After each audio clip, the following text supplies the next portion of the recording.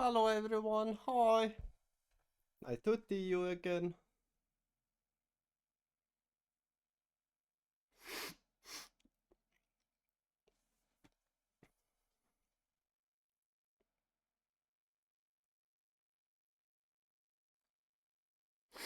So how is everyone today?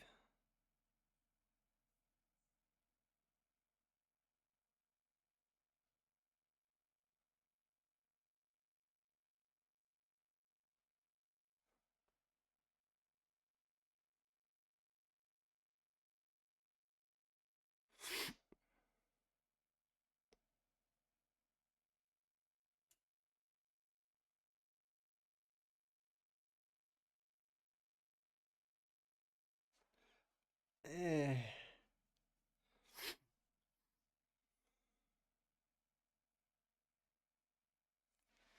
yum yum yum yum.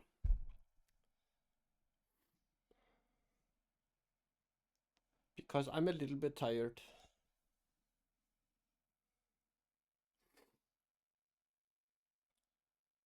Mostly of not getting information by people. But yeah. Yay. Happiness. So yes. Bored. We are gonna have some bonbons made soon. We are gonna have this. This is gonna be redone into a proper drawing. And this one. And this one.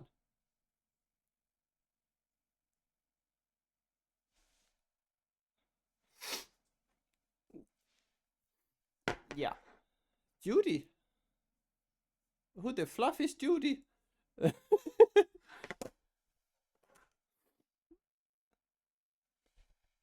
Is Farm Bun called Judy?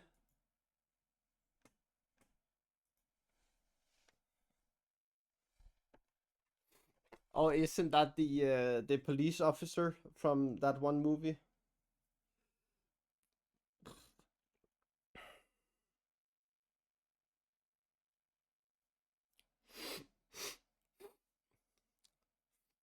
Yeah, from Zootopia. Yeah.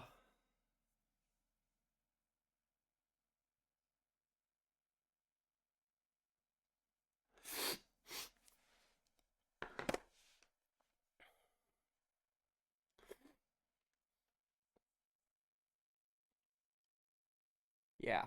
We need some names for the bonbons.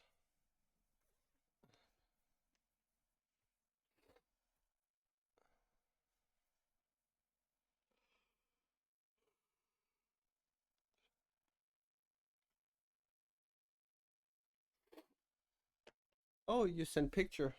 Picture of what?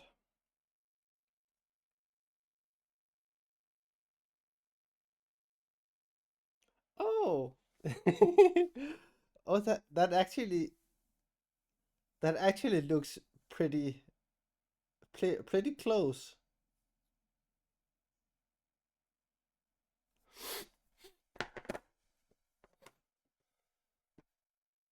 Yeah, that's nice. I like that one.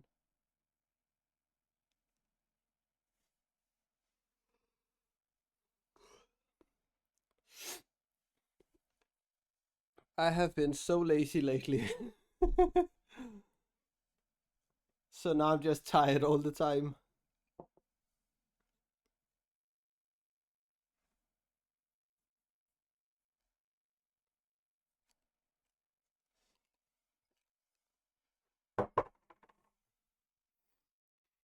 Because I felt like it.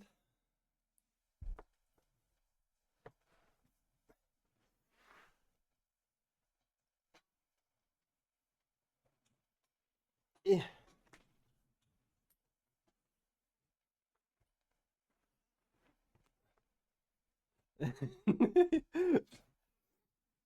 Sometimes it's okay to feel lazy. As long as you do not do it all the time.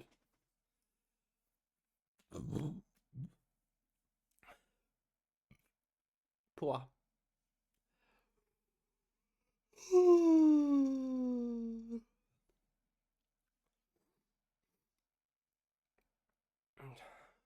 But we do not have a lot left of the book. Look, not a lot left.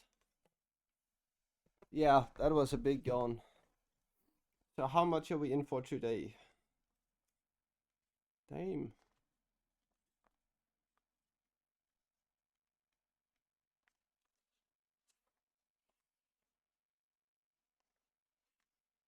Oh, it's not that much. It's only 26 pages.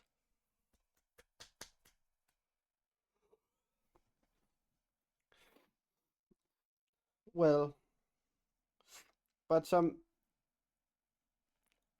news for everyone.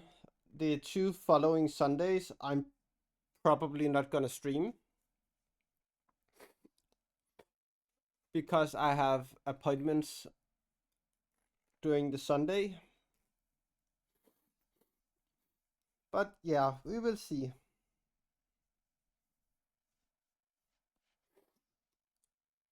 I finally got invited to a girls' night, so I want to do that.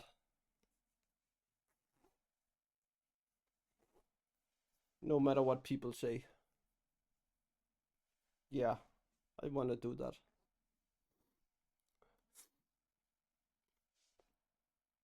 It's gonna be nice.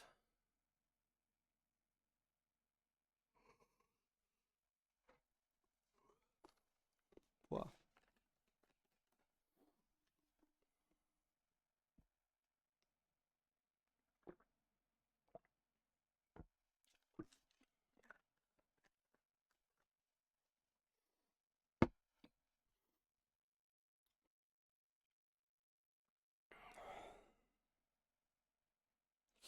So yeah, that's the reason I'm not streaming next Sunday. But the 17th, I do not know when I get home at that point.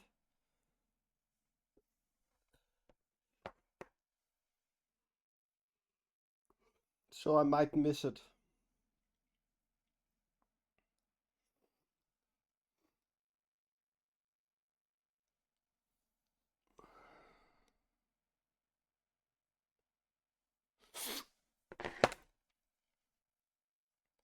But the 17th is because of the home guard. And I need to train 2 new people. Hello, Sika. Hi, welcome in. Or should I say welcome in? Darum.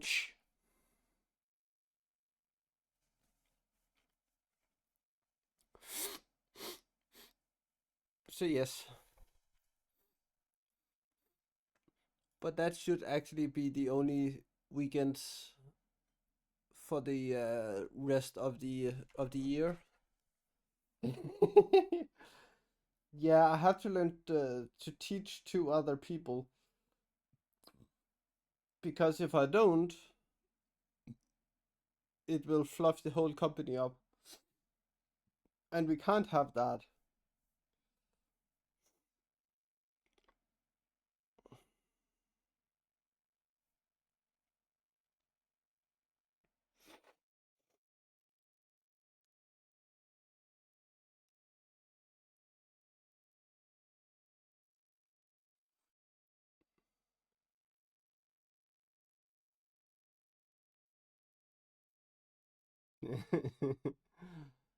uh,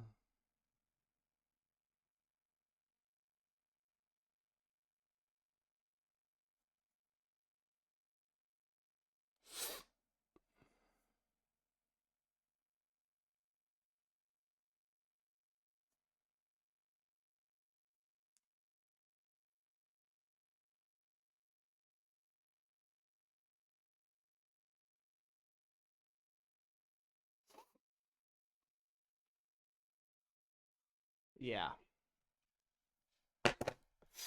I can't.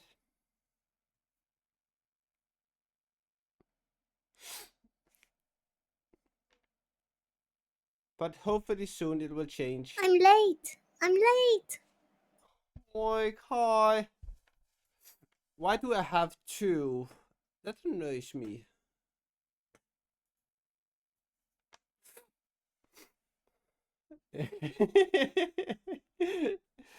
Oh my god, Mike. Thank you for popping in.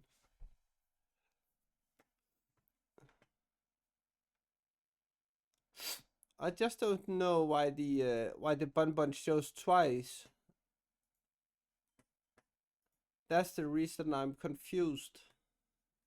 Confused.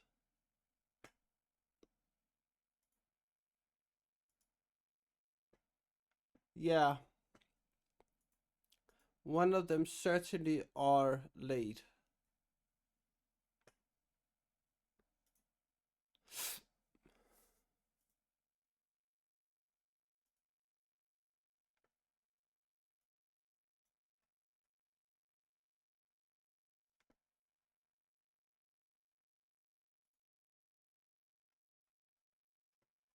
Yeah.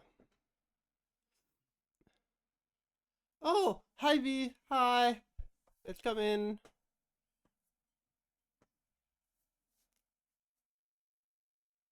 Right, what?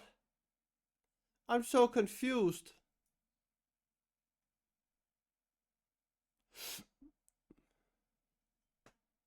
Hmm.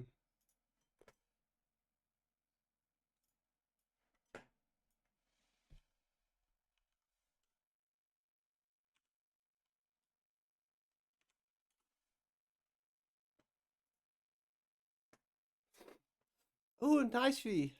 I hope you're having a good break.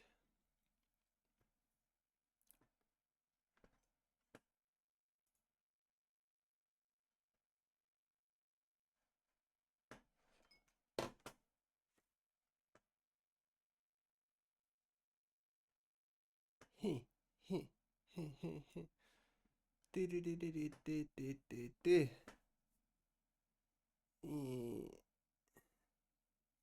No.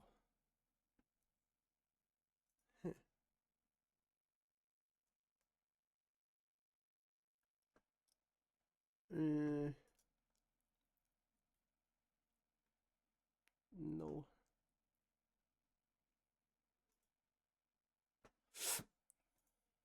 No. Heh.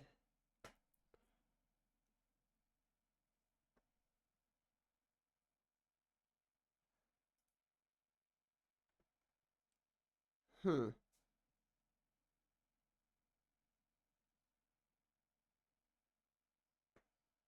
Du.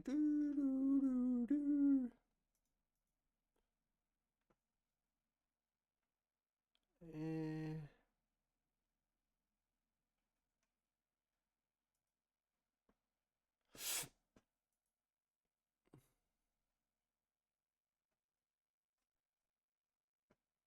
okay.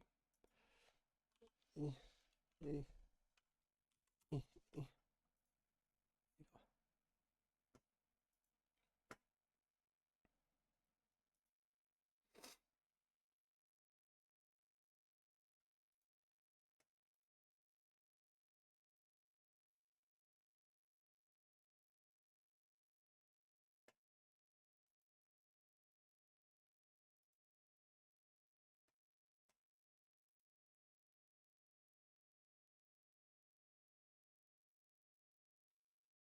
Du.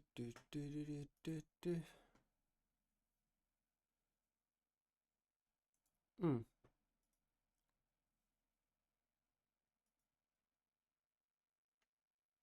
That was not what I was supposed to do.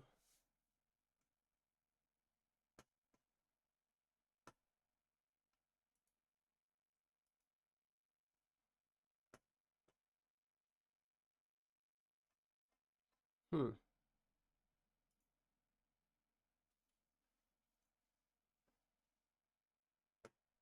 Event list.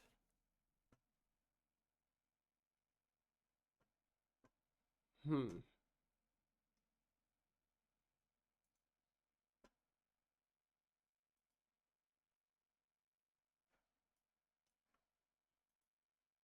Bye with you. Bye with you.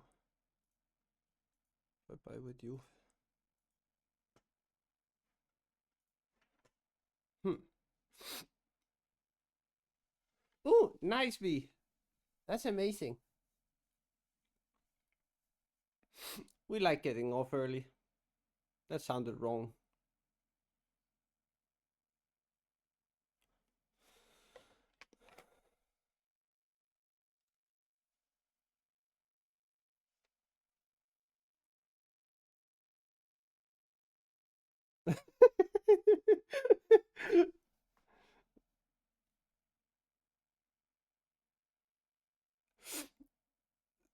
Yeah, I'm not good at that in a private setting. Maybe in a professional setting, I'm better.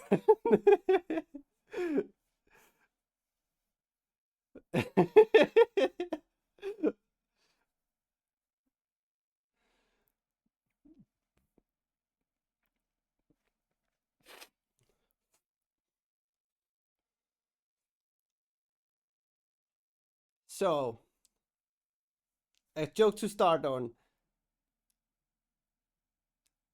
Do you know what a woman and a pancake have in common?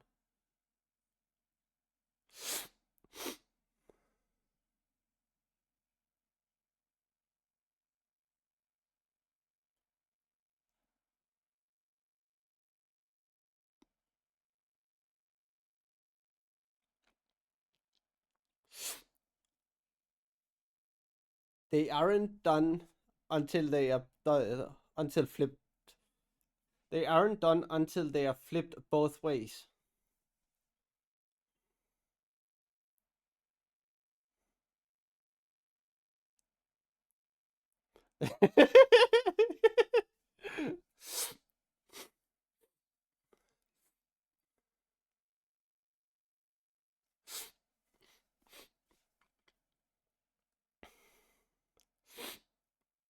Do you know what sushi and a Japanese woman have in common?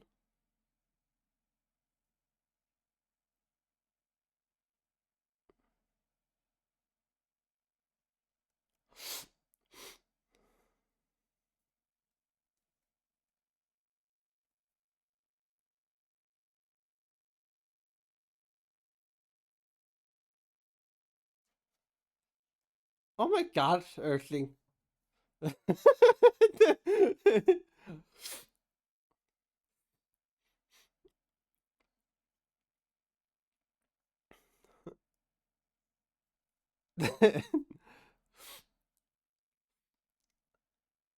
They are both hard to handle when you try to eat them.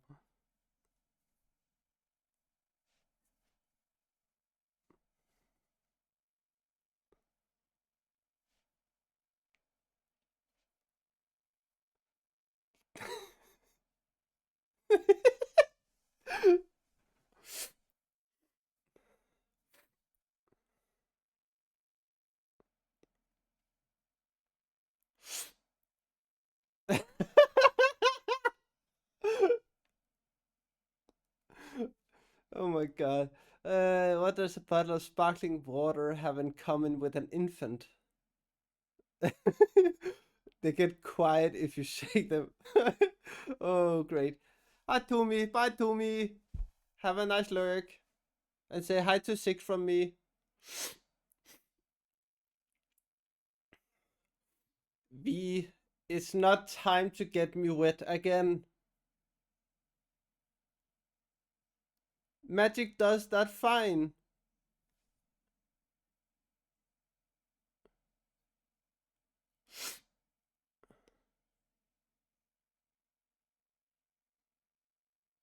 What do I and David Gahan of the Pish mode have in common?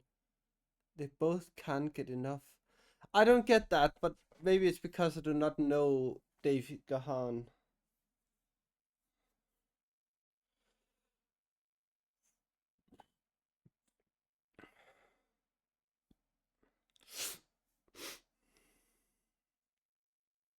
Yeah, I'm still lost.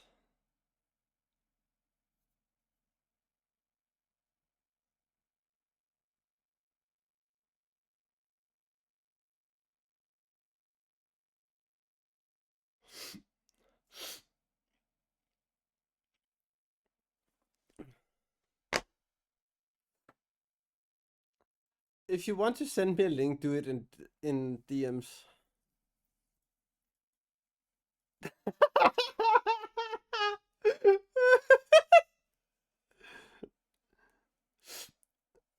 That's great, V. That's great. I like that.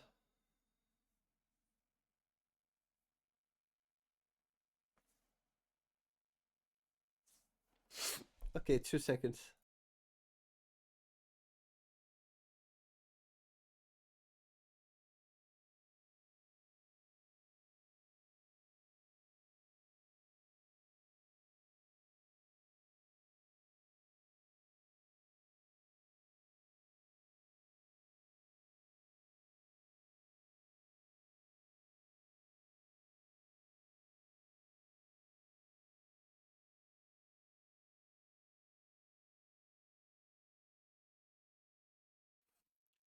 Yeah, okay.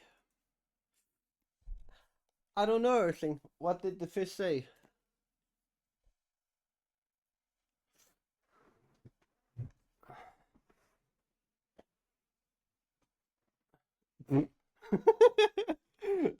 Wow.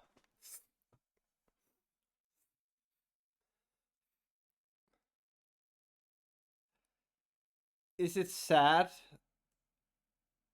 when you are a male to run into a wall and break your nose?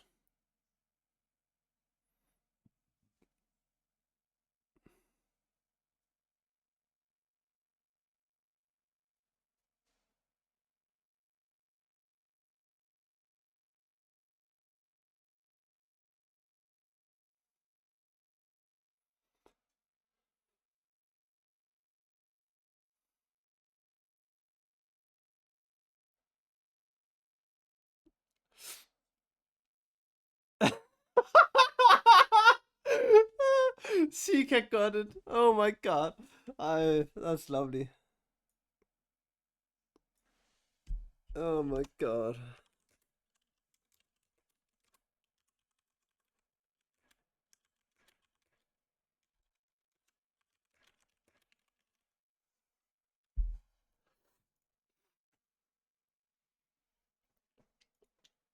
Oh yeah. This is funny. I like this.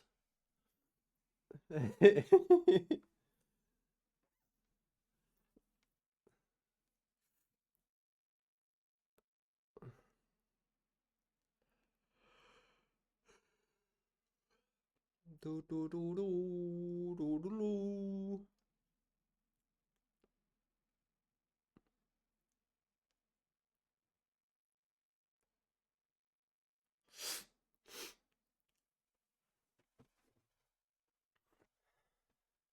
Eh.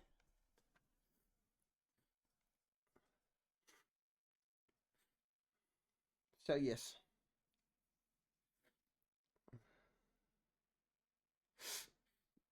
I don't know.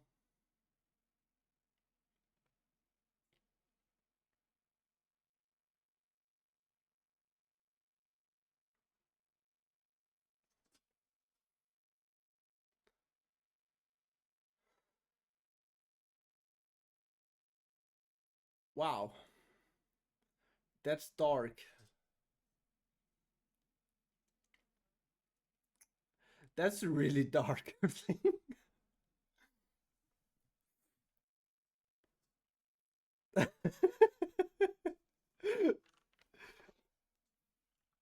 When did I say darker?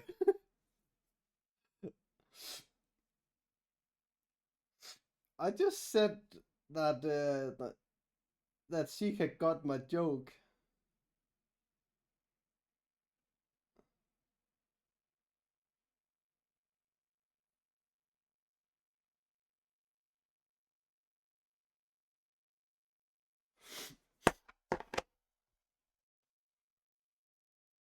Oh, I have said dogger. Yeah, sorry, my bad.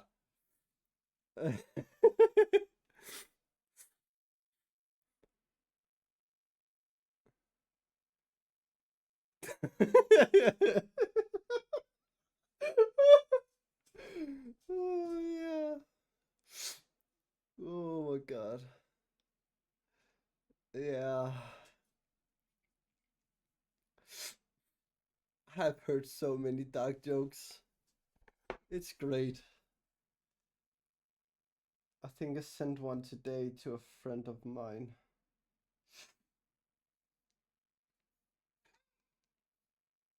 Wasn't that one?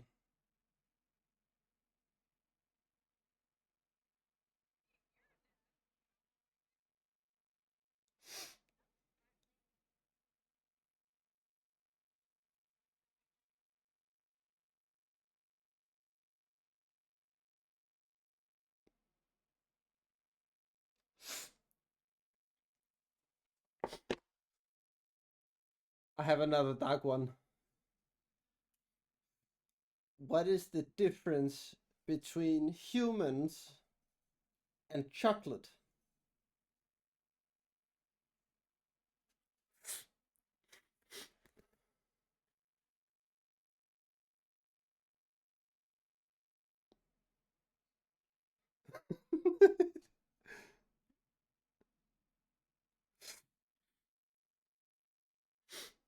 No, that wasn't the joke. No. You can still sell dark chocolate.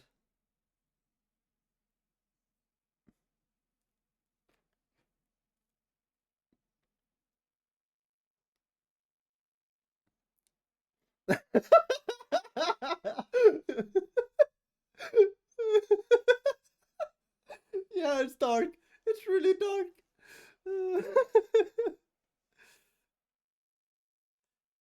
I think I need to cut this video to fit when I start.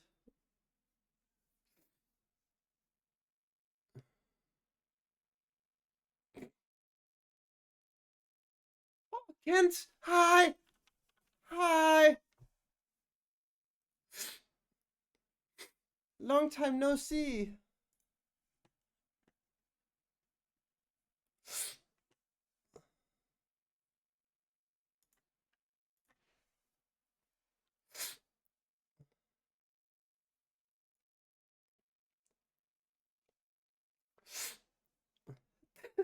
Everything in my stream is corrupted.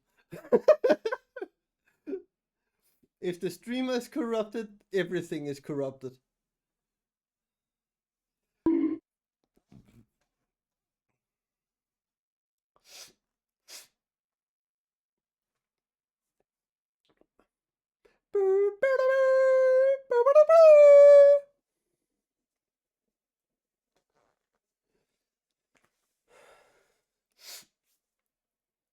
I hope you have kept up, Kens, because we are a lot further than we were when you were here last.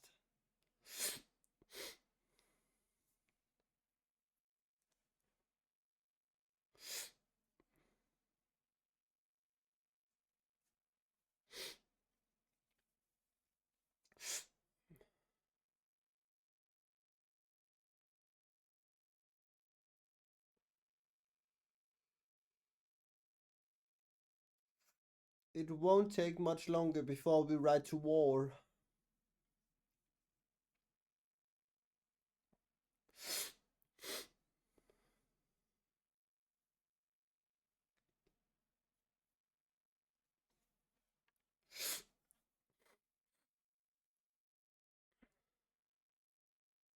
Ike, hi! Yes, carrots! You get all the carrots. Yes.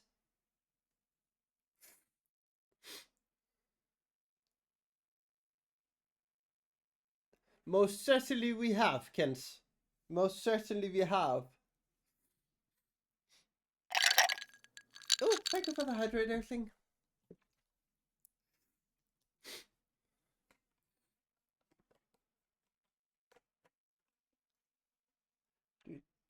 Come on, everyone. Now we will dance. Dance in the chat.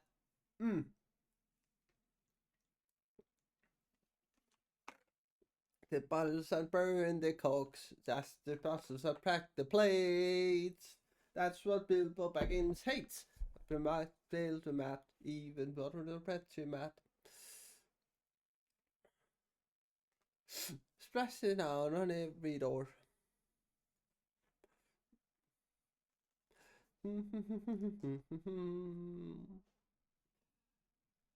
Splash it down all sorrow.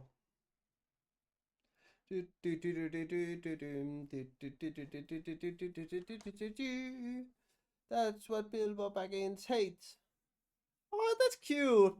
I didn't know Twitch had such cute emotes.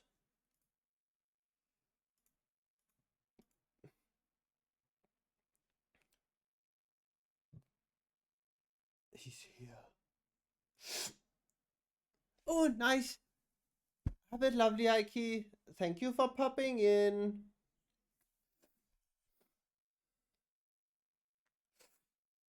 That's a happy little fox.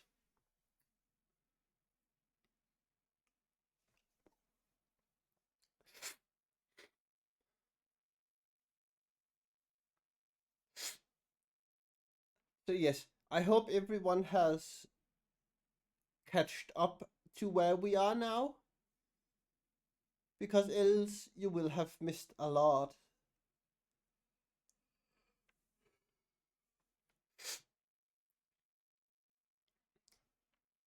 I'm actually quite well. I don't know if my hobbit is still here. Who knows? Maybe she is. Maybe she's not. Maybe she fell back asleep, which is more than probable.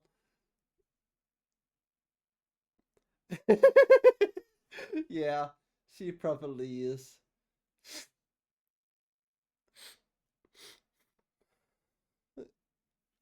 Yeah, it's almost 8 at her place.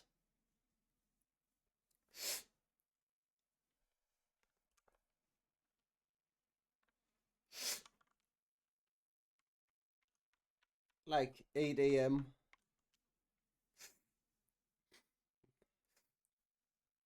But as I always say, health is the most important thing.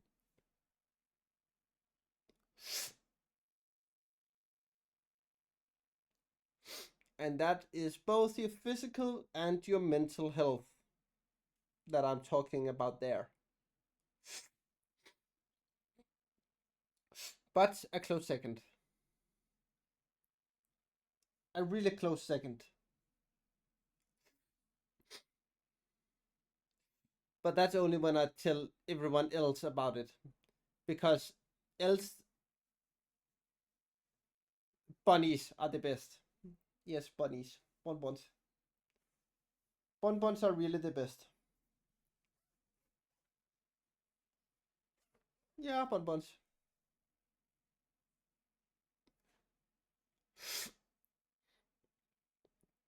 Most certainly bonbons.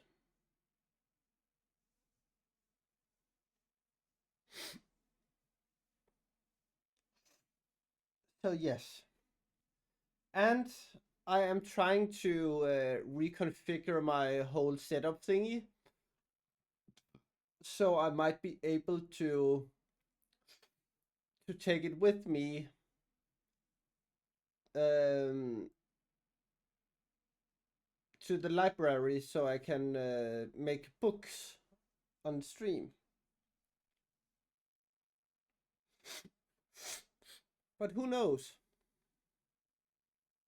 We will see.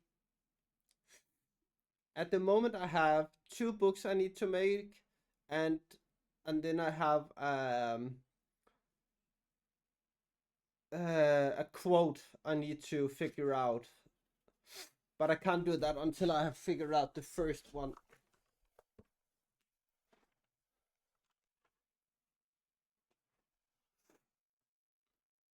So, like, how long it takes. But I need to be able to take my camera and, like, the boom arm off, so it's easy to put on again.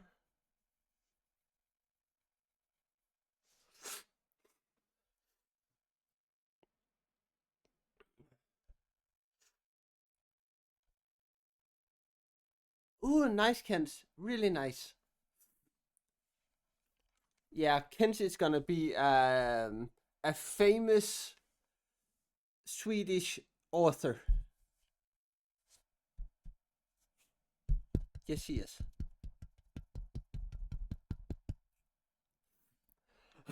You're already infamous, Kent. Already infamous.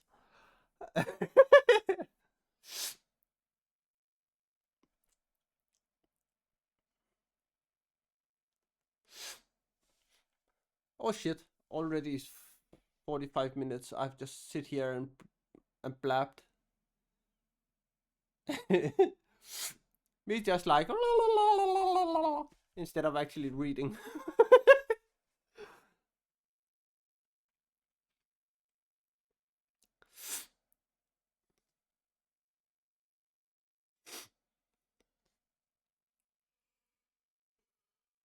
Mm.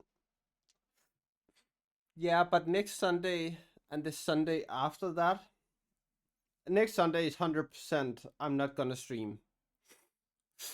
But 2 Sundays, so like in 14 days, I don't know if I'm gonna stream there, as I don't know if I'm home at that point.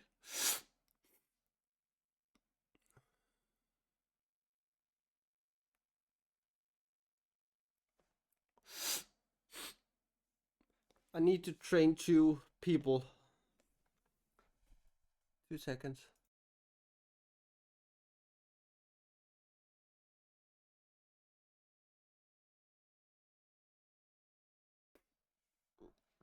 Because I might soon change roles inside of the home guard.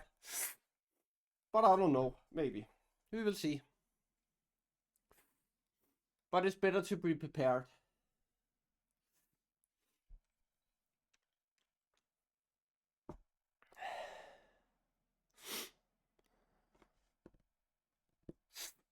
Next Sunday I have girls' night, my first one ever. So that makes me happy.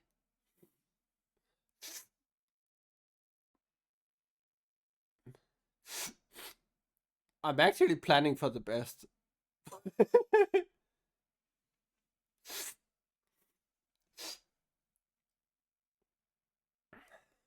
I have never had a girls' night. Apparently, I haven't had the right friends or the right girly friends to have girls' night.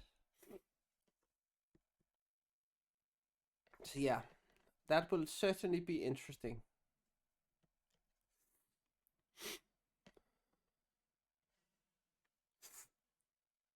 Yeah, no. Every night is not girls' night.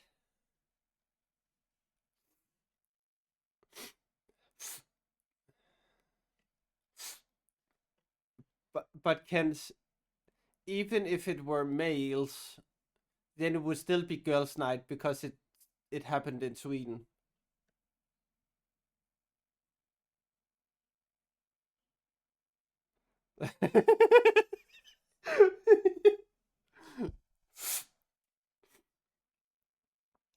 But I do have fun, but it's still not girls' night. True.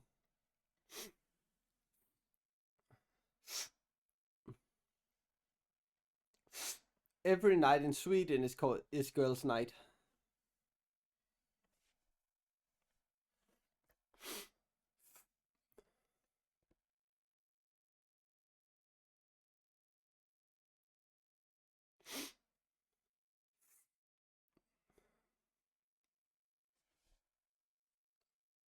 Exactly.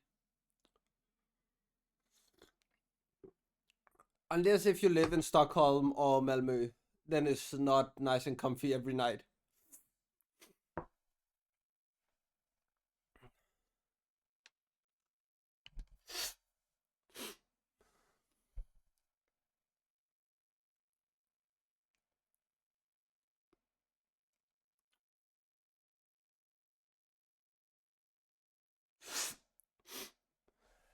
Well, Lapland is actually quite a nice place.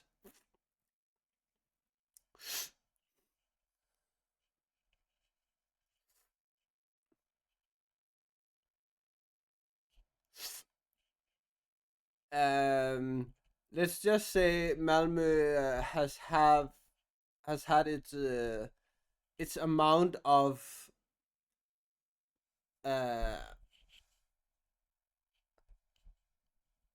its amount of crime lately. Well, Ikea is from Finland, so I would like to go there. They have had so much crime in Malmö that it has flown over to Copenhagen.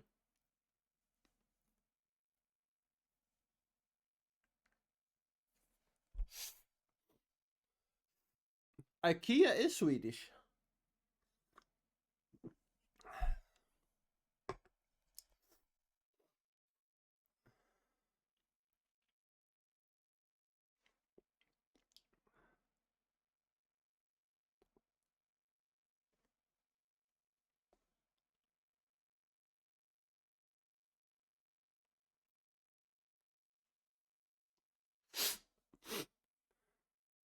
I said IKEA, not IKEA. IKEA. IKY.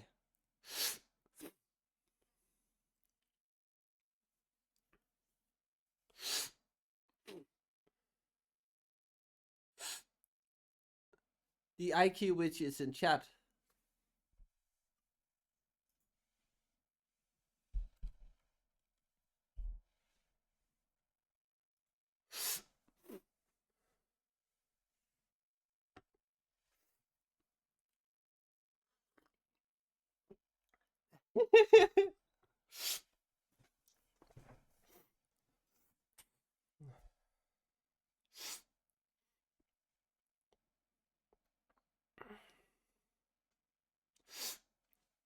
But yeah, I have never been to Finland. And Kench, you make me feel like a fucking child. I haven't been to Finland since the 90s.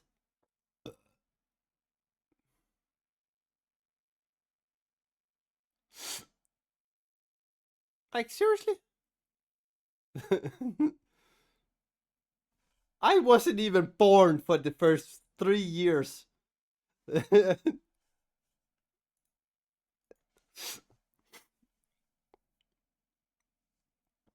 I wasn't even born for the first 3 years of the 90s.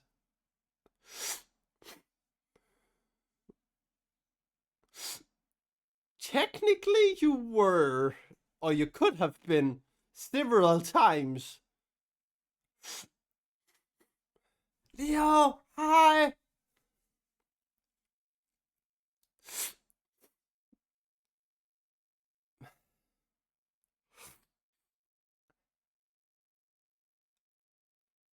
Thank you, Sika. Thank you. I do not feel old at all now.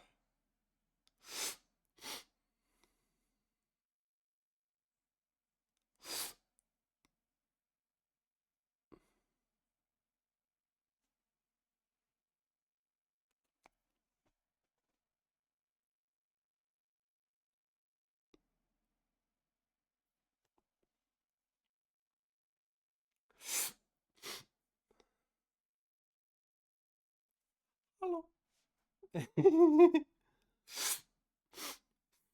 Kent, Kent, Kent, Kent, Kent, Kent, Kent, Kent, Kent, Kent, Kent, Kent.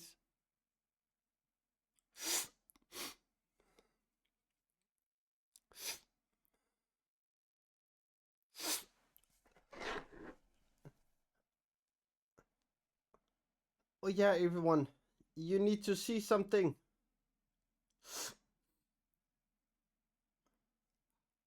At first, look at the bonbon. The bonbon is nice.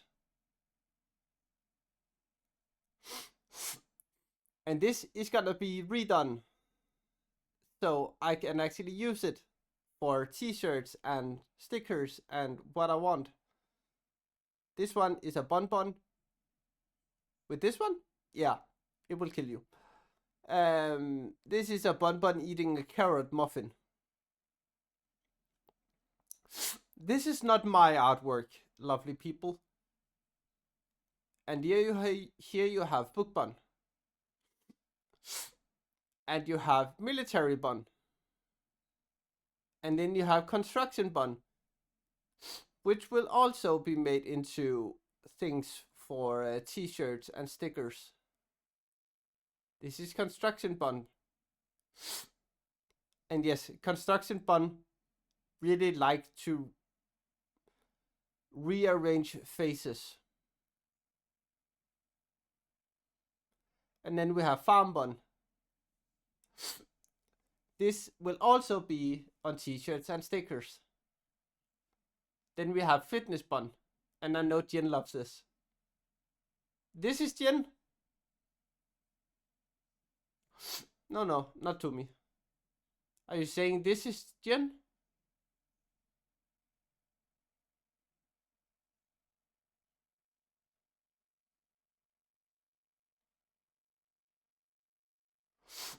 And then we just have a bun bun. Then we have Earthling. Then we have Tumi. Then we have me. Then we have Jen. And then we have Bonhiram. No, Tumi is not construction. Tumi is Royal Guard bun. Jen, hi. Hi. See, Earthling, someone remembers to use the hi.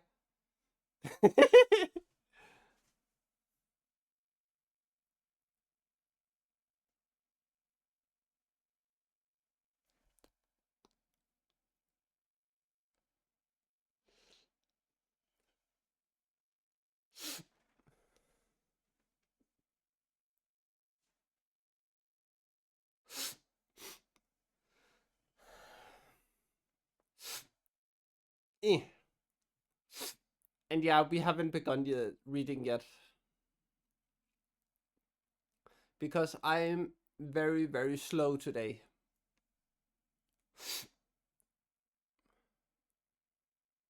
But yes, we are getting a lot of new things. Yay! Woohoo! Happy times!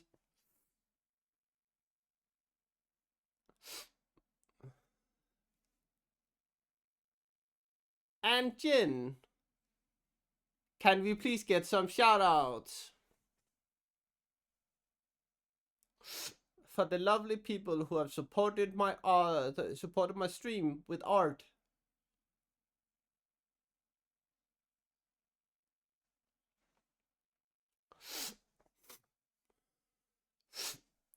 And you know who they are.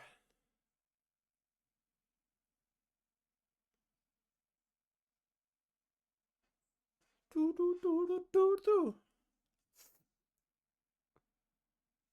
Eh. Do do do do do do.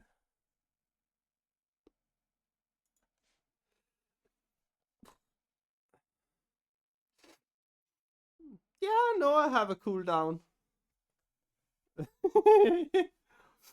I think it's 30 seconds or something like that.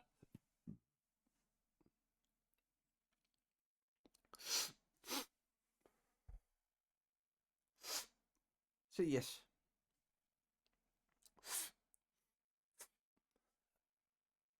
So, let us begin today's reading. Because now it actually feels like I want to start.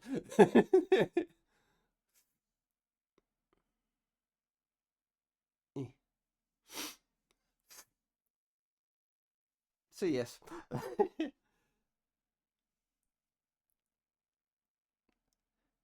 Wow, you literally have had to say that. Wow, Earthling. Imagine calling me out like that. Wow. Wow.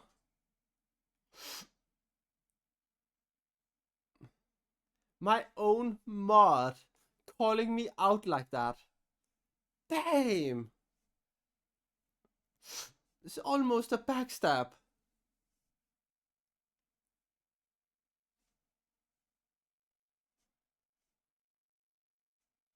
Yeah, that's what I'm saying. I don't know what he's on about. I haven't been here for an hour and 45 seconds.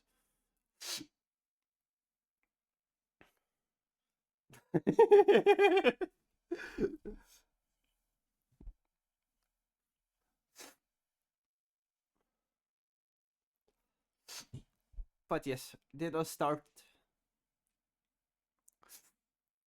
We need to talk about the window on the west.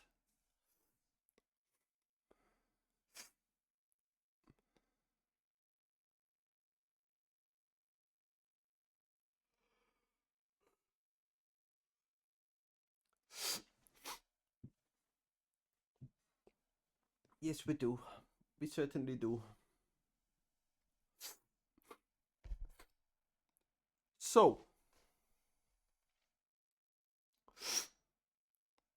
Chapter 5, The Window on the West.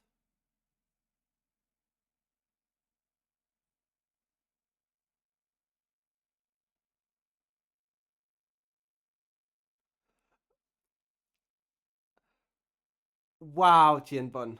Wow.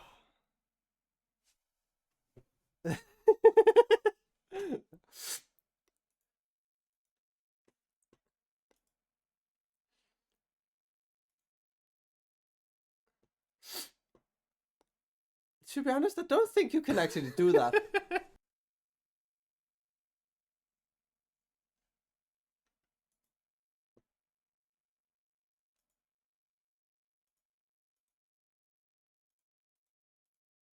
Uh, no, you can't because I use a different software. But I can add it for you.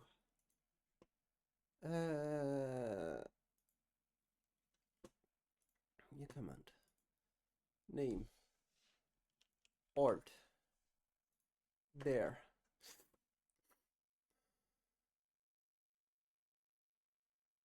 Uh,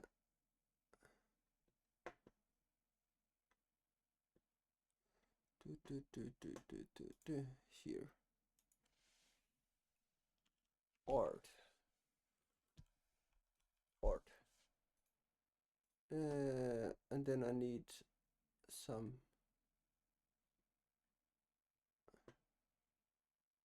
What the fuck is it called? I can't remember what it's called.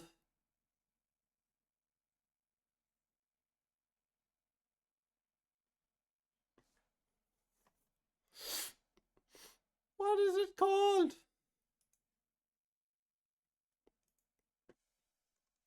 Huh. Can we do that?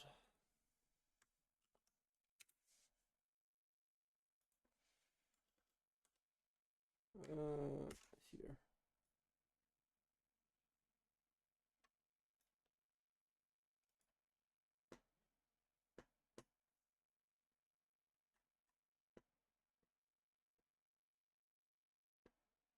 I don't think it's this one.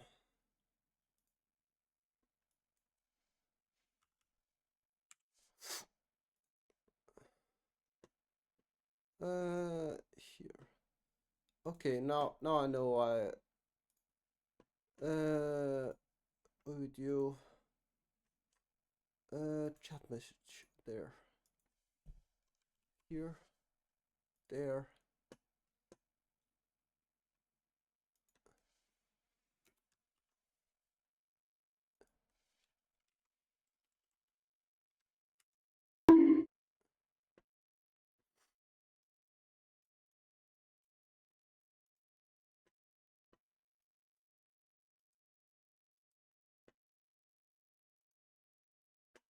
Well, you can try now, Jianbon. You can try now.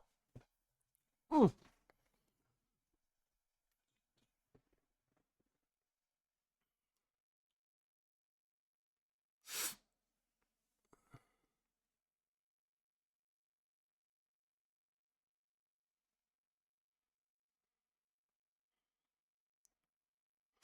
It should just be called art.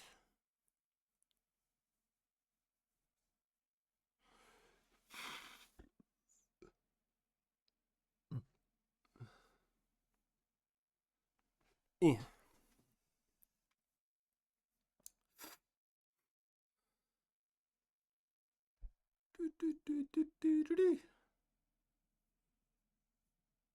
So yes, did we come from?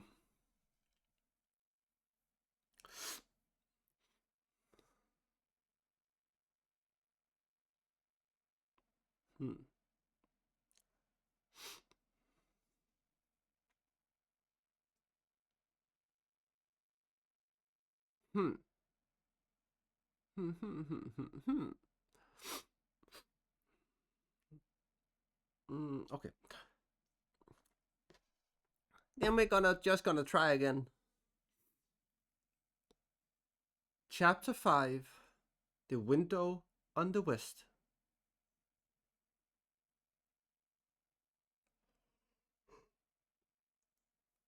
It seemed to Sam that he had only dozed for a few minutes when he awoke to find that it was late afternoon and Faramir had come back. He had brought many men with him. Indeed, all the survivors of the foray were now gathered on the slope nearby, 200 or 300 strong. They sat in a wide semicircle, between the arms of which Faramir was seated on the ground, while Frodo stood before him. It looked strangely like the trial of a prisoner. Sam crept out from the fern, but no one paid any attention to him, and he placed himself at the end of the rows of men, where he could see and hear all that was going on. He watched and listened intently, ready to dash to his master's aid if needed. He could see Faramir's face, which was now unmasked. It was stern and commanding, and and a keen wit lay behind his searching glance. That was in the grey eyes that gazed steadily at Frodo.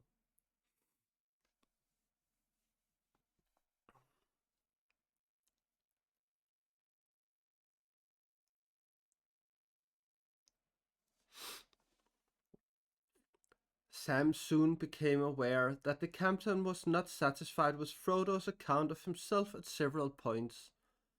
What part he had to play in the company that set out from Rivendell, why he had left Boromir, and where he was now going.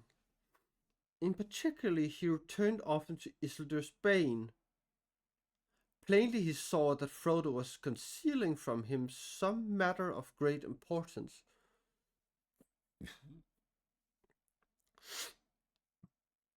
But it was at the coming of the halfling that Isildur's Bane should awaken. Or so one must read the words, he insisted. If then you are the halfling that was named, doubtless you brought this thing, whatever it may be, to the council of which you speak, and there Boromir saw it. Do you deny it? Frodo made no answer. So, said Faramir, I wish then to learn from you more of it. For what concerns Boromir concerns me.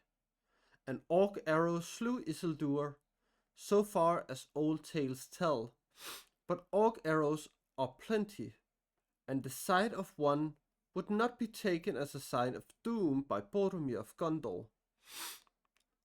Had you this thing in keeping, it is hidden, you say, but is not that because you choose to hide it? No, not because I choose, answered Frodo. It does not belong to me. It does not belong to any mortal, great or small. Though if any could claim it, it would be Aragorn, son of Arathorn, whom I named the leader of our company from Moria to Rauros. Why so, and not Boromir, prince of the city that the sons of Elendil founded? because Aragon is descended in direct lineage, father to father, from Isildur Elendil's son himself, and the sword that he bears was Elendil's sword. A murmur of astonishment ran through all the ring of men. Some cried aloud, "The sword of Elendil! The sword of Elendil comes to Minas Tirith! Great tidings!" But Faramir's face was unmoved. "Maybe," he said, "but so great a claim will need to be established, and clear proofs will be required. Should this Aragon ever come to Minas Tirith, he had not come, nor any of your company, when I set out 6 days ago." Boromir was satisfied of that claim, said Frodo. "Indeed, if Boromir were here, he would answer all your questions. And since he was already at Rauros many days back, and intended then to go straight to your city, if you return, you may soon learn the answers there. My part in the company was known to him, as to all the others, for it was appointed to me by Elrond of Imladris himself, before the whole council. On that errand I came into this country, but it is not mine to reveal to any outside the company. Yet those who claim to oppose the enemy would do well not to hinder it." Frodo's tone was proud, whatever he felt, and Sam approved of it. But it did not appease Faramir. "So," he said, "you bid me mind my own affairs and get me back home, and let you be. Boromir will tell all when he comes." "When he comes, say you? Were you a friend of Boromir?" Vividly before Frodo's mind came the memory of Boromir's assault upon him, and for a moment he hesitated. Faramir's eyes, watching him, grew harder. "Boromir was a valiant member of our company," said Frodo at length. "Yes, I was his friend for my part." Faramir smiled grimly. "Then you would grieve to learn that Boromir is dead." "I would grieve indeed," said Frodo. Then, catching the look of Faramir's eyes, he faltered. "Dead?" he said. "Do you mean that he is dead, and that you knew it? You have been trying to trap me in my words, playing with me. Or are you now trying to snare me with a falsehood?" "I would not snare even an orc with falsehood," said Faramir. "How then did he die, and how do you know of it, since you say that none of the company had reached the city when you left? As to the manner of his death, I had hoped that his friend and companion would tell me how it was, but he was alive and strong when we parted, and he lives still for all that I know. Though surely there are many perils in this world." "Many indeed," said Faramir, "and treachery not the least." Sam had been getting more and more impatient and angry at this conversation. These last words were more than he could bear, and bursting into the middle of the ring, he strode up to his master's side. "Begging your pardon, Mr. Frodo," he said, "but this has gone on long enough. He has no right to talk to you so. After all you've gone through, as much for his good and all these great men as for anyone else. See here, Captain." He planted himself squarely in front of Faramir, his hands on his hips, and a look on his face as if he was addressing a young hobbit who had offered him what he called sauce when questioning about visits to the orchard. There was some murmuring, but also some grins on the face of the men looking on. The sight of the captain sitting on the ground and eye to eye with the young hobbit, legs well apart, bristling with wrath, was one beyond their experience. See here, he said. What are you driving at? Let's come to the point before all the orcs of Mordor come down on us. If you think my master murdered this Boromir and then ran away, you got no sense. But say it and have done, and then let us know what you mean to do about it. But it's a pity that folk as talk about fighting the enemy can't let others do their bit in their own way without interfering.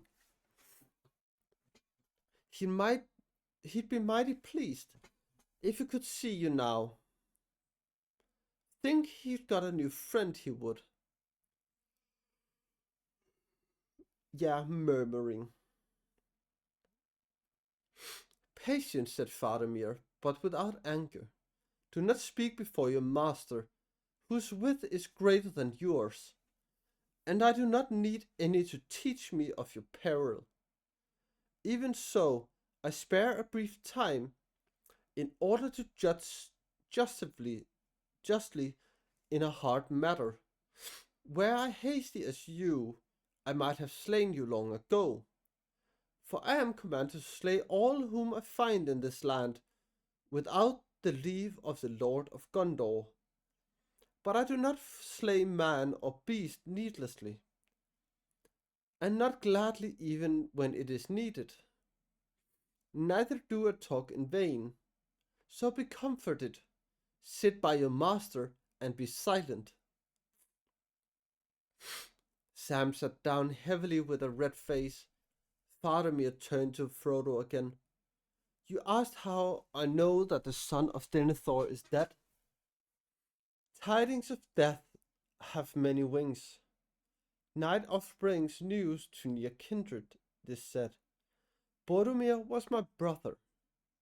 A shadow of sorrow passed over his face. Do you remember aught of special mark that the Lord Boromir bore with him among his gear? Frodo thought for a moment, fearing some further trap, and wondering how this debate would turn in the end. He had hardly saved the ring from the proud grasp of Boromir, and he would fare now among so many men, warlike and strong. But he did not know. Yet he felt in his heart that Faramir, though he was much like his brother in looks, was a man less self-regarding, both sterner and wiser. I remember that Boromir bore a horn, he said at last. You remember well, and as one who has the truth seen him, said Faramir, then maybe you can see it in your mind's eye. A great horn of the wild ox of the east, bound with silver and written with ancient characters. That horn the eldest son of our house has borne for many generations, and it is said that if it be blown at need anywhere within the bounds of Gondor, as the realm was of old, its voice will not pass unheeded. 5 days ere I set out on this adventure. 11 days ago, at about this hour of the day, I heard the blowing of that horn. From the northward it seemed, but dim, as if it were but an echo in the mind. A boding of ill we thought it, my father and I, for no tidings had we heard of Boromir since he went away, and no watcher on our borders had seen him pass. And on the third night after another and stranger thing befell me. I sat at the night by the waters of Anduin, in the grey dark under the young pale moon, watching the ever moving stream, and the sad reeds were rustling. So do we ever watch the shores nigh Osgiliath, which our enemies now partly hold, and issue from it to harry our lands? But that night all the world slept at the midnight hour. Then I saw, or it seemed that I saw, a boat floating on the water, glimmering grey, a small boat of a strange fashion, with a high prow, and there was none to row or steer it. And awe fell on me, for a pale light was round it. But I rose and went to the bank and began to walk out into the stream, for I was drawn towards it. Then the boat turned towards me and stayed in pace, and floated slowly by within my hand's reach. Yet I durst not handle it. It waded deep, as if it were heavily burdened, or it seemed to me as it passed under my gaze that it was almost filled with clear water, from which came the light, and lapped in the water a warrior lay asleep. A broken sword was on his knee. I saw many wounds on him. It was Boromir, my brother, dead. I knew his gear, his sword, his beloved face. One thing only I missed, his horn. One thing only I knew not, a fair belt, as if as it were linked golden leaves about his waist. Boromir, I cried, where is thy horn? Whither goest thou? O Boromir! But he was gone. The boat turned into the stream and passed glimmering on into the night. Dreamlike it was, and yet no dream, for there was no waking. And I do not doubt that he is dead and had passed down the river to the sea. Alas, said Frodo, that was indeed Boromir, as I knew him, for the golden belt was given to him in Lothlorien by the Lady Galadriel. She it was that clothed us as you see us in elven grey. This brooch is of the same workmanship. He touched the green and silver leaf that fastened his cloak beneath his throat. Faramir looked closely at it. It is beautiful, he said. Yes, this work of the same craft. So then you pass through the land of Lorien. La Lendoria Doranan, it was named of old, but long now it has lain beyond the knowledge of men. He added softly, regarding Frodo with a new wonder in his eyes. Much that was strange about you I begin now to understand. Will you not tell me more? For it is a bitter thought that Boromir died within sight of the land of his home. No more can I say than I have said, answered Frodo, though your tale fills me with foreboding.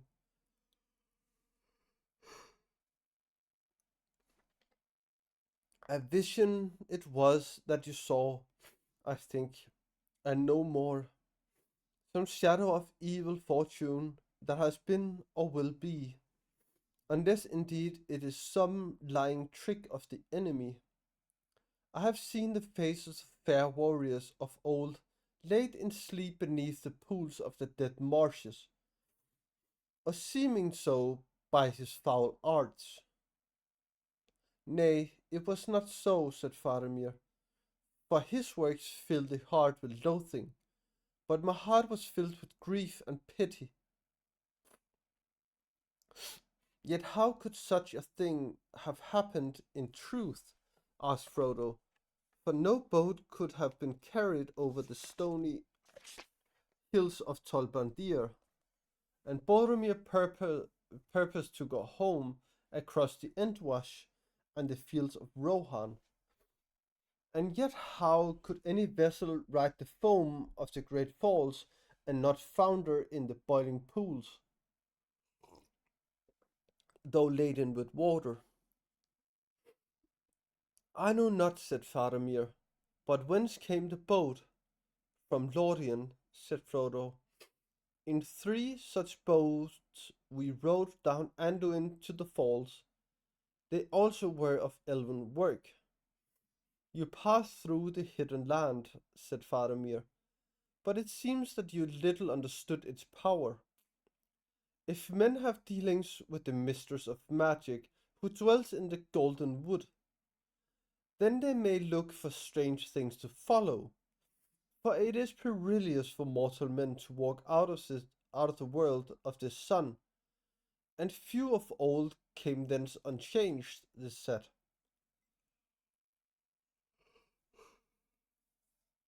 Ugh.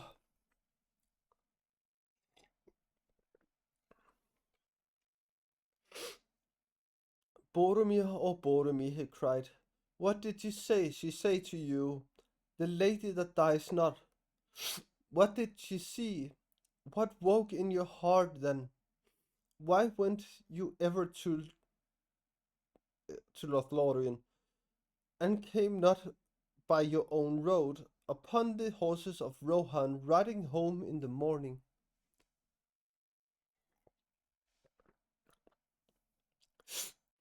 Then turning again to Frodo, he spoke in a quiet voice once more.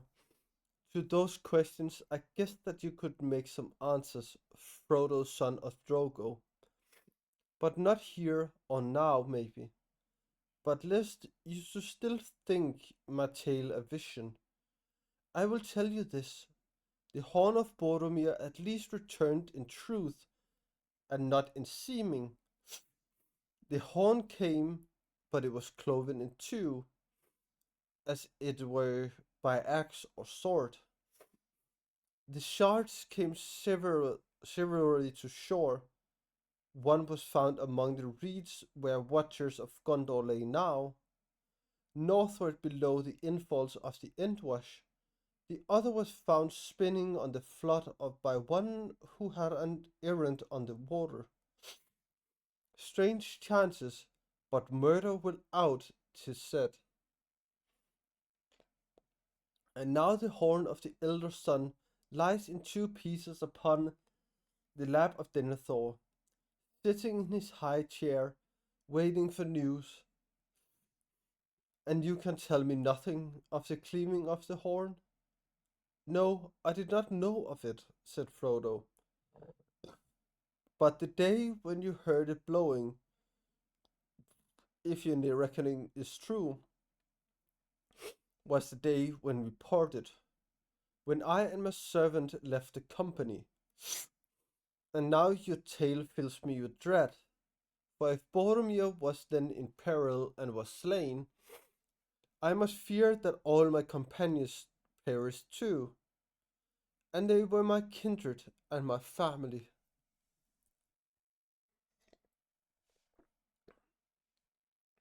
Will you not put aside your doubt of me and let me go? I am weary and full of grief and afraid, but I have a deed to do or to attempt before I too am slain, and in more need of haste if we 2 halflings are all that remain of our fellowship. Go back, Faramir, valiant captain of Gondor, and defend your city while you may, and let me go where my doom takes me. For me there is no comfort in our speech together, said Faramir, but you surely draw from it more dread than need be.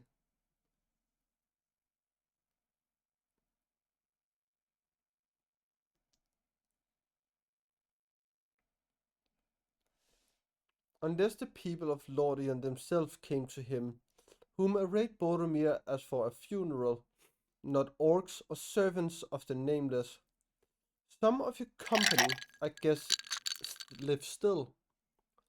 Thank you, Leo.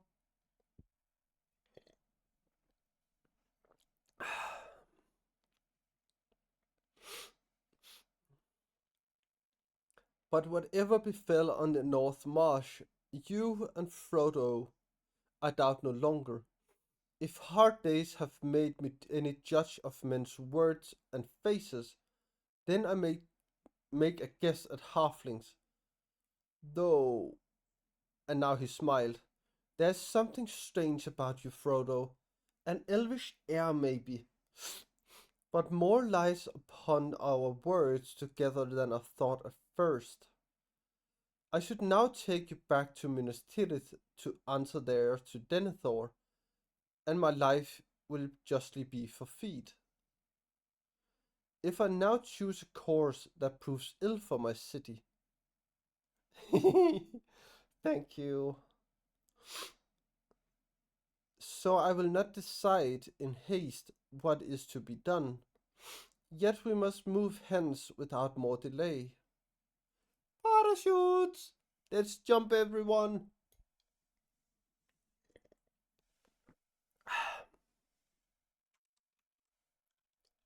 Eh, eh, eh, eh,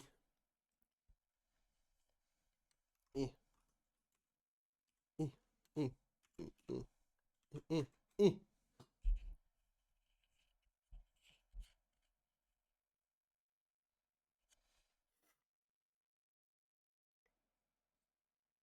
What the fuck you mean?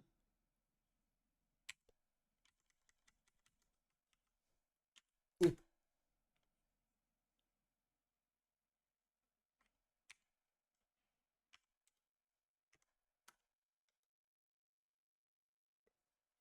Okay, apparently I can't take that. So let's jump. Let's jump. This mother fluffing jump. Woo, woo, woo, woo, woo. Damn, you two are aggressive.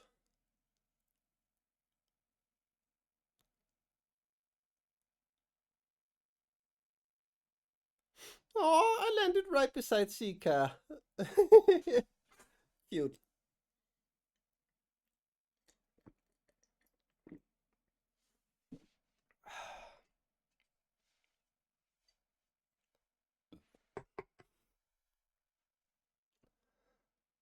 Me too, but I died side by side of Sika.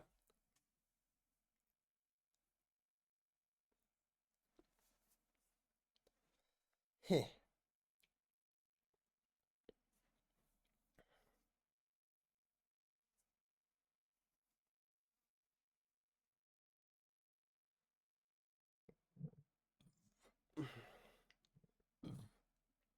Okay, I do not have any more tea left.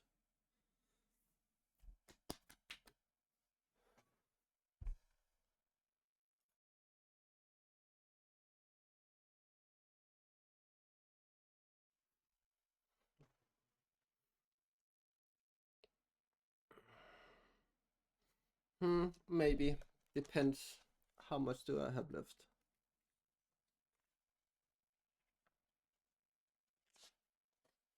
Hmm. I have 20 pages left. So maybe that would be a good idea. But I also have my water. So I think I will wait until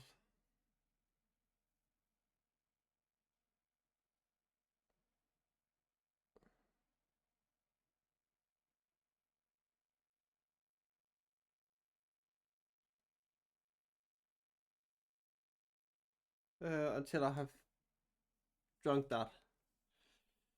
And we will see how far I am getting. So yes, he sprang to his feet and issued some orders. At once the men who were gathered round him broke up into small groups and went off this way and that, vanishing quickly into the shadows of the rocks and trees. Soon only Mablung and Damrod remained. Now you, Frodo and Samwise, will come with me and my guards, said Faramir. You cannot go along the road southward, if that was your purpose. It will be unsafe for some days, and always more closely watched after this affray than it has been yet. And you cannot, I think, go far today in any case, for you are weary, and so are we. We are going now to a secret place we have, somewhat less than 10 miles from here. The orcs and spies of the enemy have not found it yet. And if they did, we could hold it long even against many. There we may lie up and rest for a while, and you with us. In the morning I will decide what is best for me to do and for you. There was nothing for Frodo to do but to fall in with this request or order. It seemed in any case a wise course for the moment, since this foray of the men of Gondor had made a journey in Ithilien more dangerous than ever.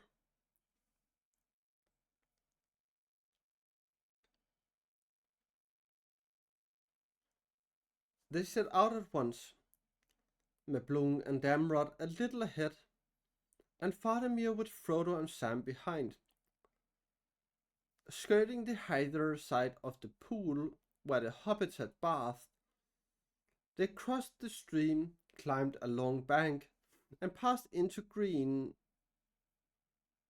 shadow woodlands that marched ever downwards and westwards.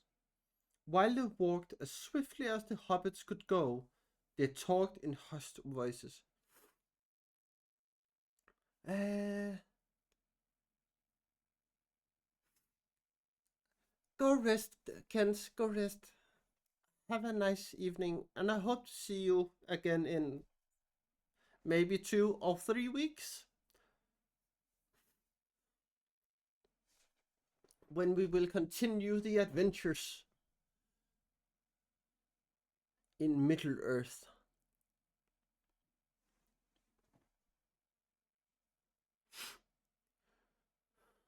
And again, the rest will be up at my YouTube, so you can always look it up there.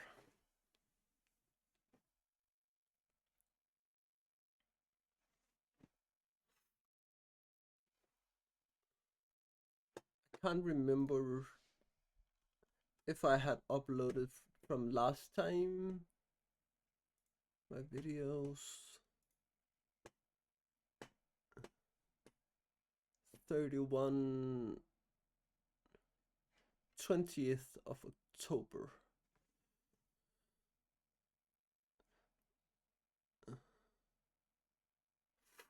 I don't think I did. Maybe I did? Huh. I will see first. Here. October 20th.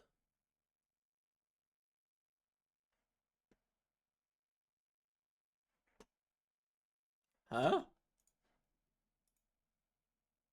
Uh,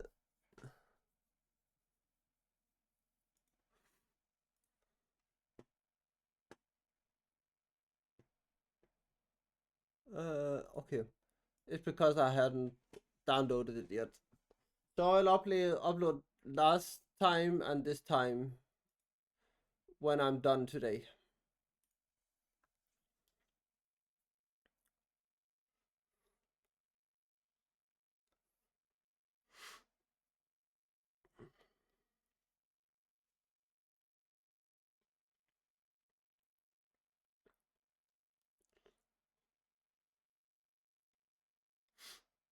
Hmm.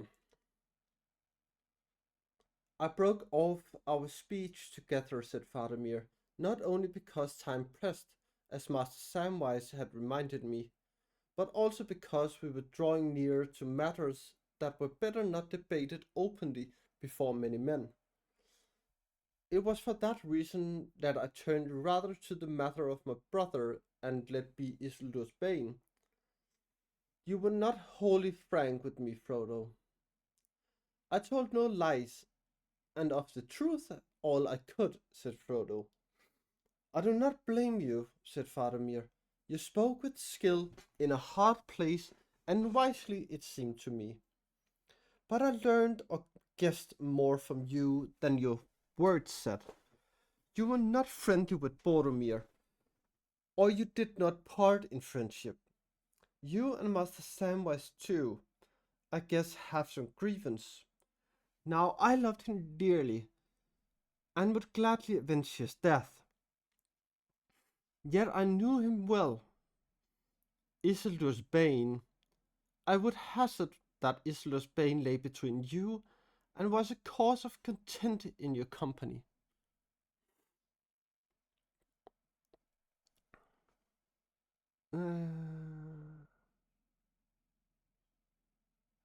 Clearly it is a mighty heirloom of some sort, and such things do not breed peace among confederates, not if aught may be learned from ancient tales. Do I not hit near the mark? Near, said Frodo, but not in the gold. There was no contention in our company, though was doubt. Doubt which way we should take from Immen Mule. But be that as it may, ancient tales teach us also the peril of rash words concerning such things as heirlooms. Ah, then it is as I thought. Your trouble was with Boromir alone. He wished this thing brought to Minas Tirith. Alas, it is a crooked fate that seals your lips, who saw him last, and holds from me that which I long to know, what was in his heart and thought in his latest hour.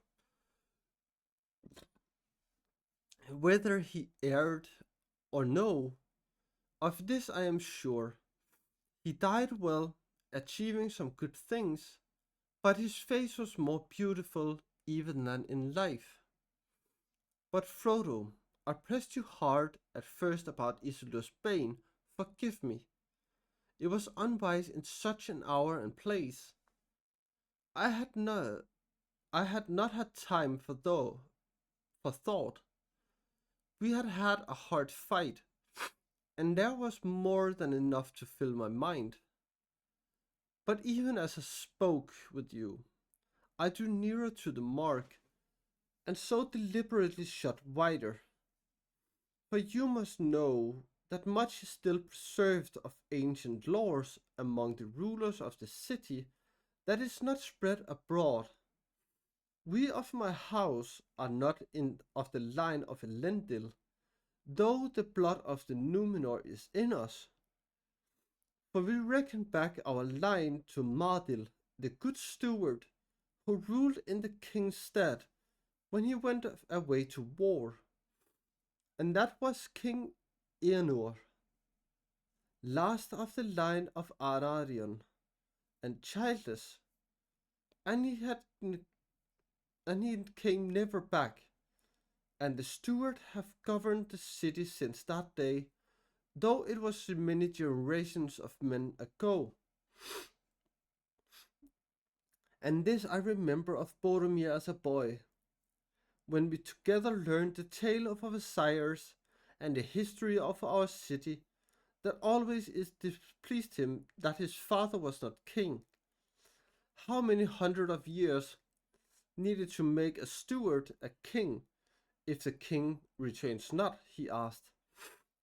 Few years maybe, in other places of less royalty. My father answered. In Gondor 10,000 years would not suffice. Alas, poor Boromir, does that not tell you something of him? It does, said Frodo. He always, yet always he treated Aragorn with honor. I doubt it not, said Faramir. If he were satisfied with Aragorn's claim, as you say, he would greatly reverence him. But the pinch had not come yet. They had not yet reached Minas Tirith or become rivals in her war. But astray, we in the house of Denethor know much ancient lore by long traditions, and there are moreover in our treasuries many things preserved, books and tablets, writ on withered parchment, yeah, and on stone, and on leaves of silver and gold, in diverse characters. Some none can now read, and for the rest few ever unlock them. I can read a little in them, for I have had teaching. It was these records that brought the great pilgrim to us. First saw him when I was a child, and he has been twice or thrice since then. The great pilgrim, said Frodo. Had he a name? Mithrandir, we called him in elf fashion, said Faramir, and he was content. Many, many are my names in many countries, he said. Mithrandir among the elves, Tarkun to the dwarves, Olorin I was in my youth in the west, that is forgotten. In the south Incarnus, and in the north Gandalf. To the east I go not. Gandalf, said Frodo. I thought it was he. Gandalf the Grey, dearest of counselors, leader of our company, he was lost in Moria. Mithrandir was lost, said Faramir. An evil fate seems to have pursued your fellowship. It is hard indeed to believe that one of so great wisdom and of power for many wonderful things he did among us could perish and so much lore be taken from the world. Are you sure of this? And did he not just leave you and depart where he would? Alas, yes, said Frodo. I saw him fall into the abyss.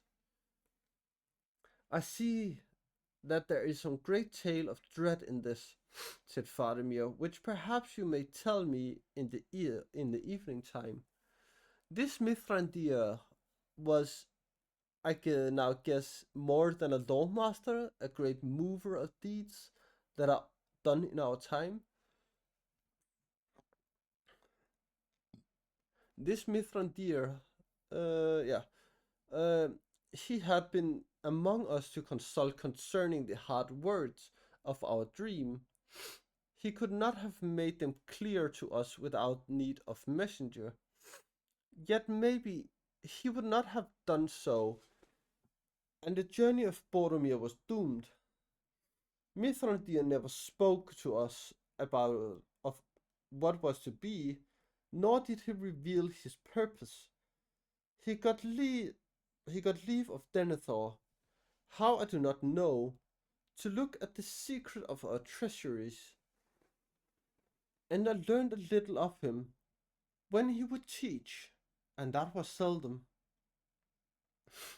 Ever he would search and would question us above all else concerning the great battle that was fought upon Dagolot in the beginning of Gondor, when he whom we do not name was overthrown. And he was eager for stories of Isildur, though of him we had less to tell, for nothing certain was ever known among us of his end. Now Faramir's voice sank to a whisper, but this much I learned, or guessed, and I've kept it ever secret in my heart. In my heart since, that Isildur took somewhat from the hand of the unnamed, ere he went away from Gondor, never to be seen among mortal men again. Here I thought was the answer to Mithrandir's questioning, but it seemed then a matter that concerned only the seekers after ancient learning. Nor when the riddling words of our dream were debated among us, Did I think of Isildur's bane as being the same thing? For Isildur was ambushed and slain by orc arrows, according to the only legend that we knew, and Mithrandir had never told me more. Oh.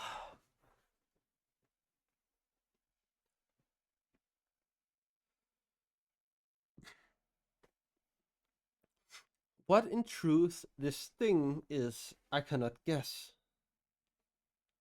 But some heirloom of power and peril it must be. A fell weapon, perchance, devised by the Dark Lord. If it were a thing that gave advantage in battle, I can well believe that Boromir, the proud and fearless, often rash, ever anxious for the victory of Minas Tirith, and his own glory therein, might desire such a thing, and be allured by it. Alas, that ever he went on that errand, I should have been chosen by my father and the elders, but he put himself forward as being the older and the hardier, both true, and he would not be stayed. But fear no more, I would not take this thing if it lay by the highway, not where Minas Tirith falling in ruin, and I alone could save her, so using the weapon of the Dark Lord for her good and my glory. No, I do not wish such triumphs, Frodo, son of Drogo. Neither did the council, said Frodo, nor do I. I would have nothing to do with such matters.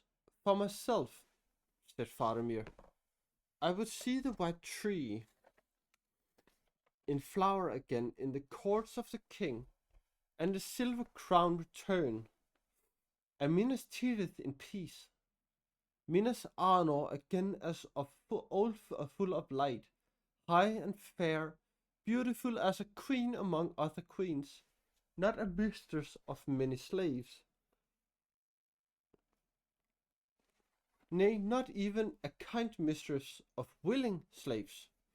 War must be, while we defend our lives against the destroyer who would devour all. But I do not love the bright sword for its sharpness, nor the arrow for its swiftness, nor the warrior for his glory. I love only that which they defend, the city of the men of the Numenor. And I would have her loved for her memory, her ancientry, her beauty, and her present wisdom, not feared, save as men may fear the dignity of a man, old and wise.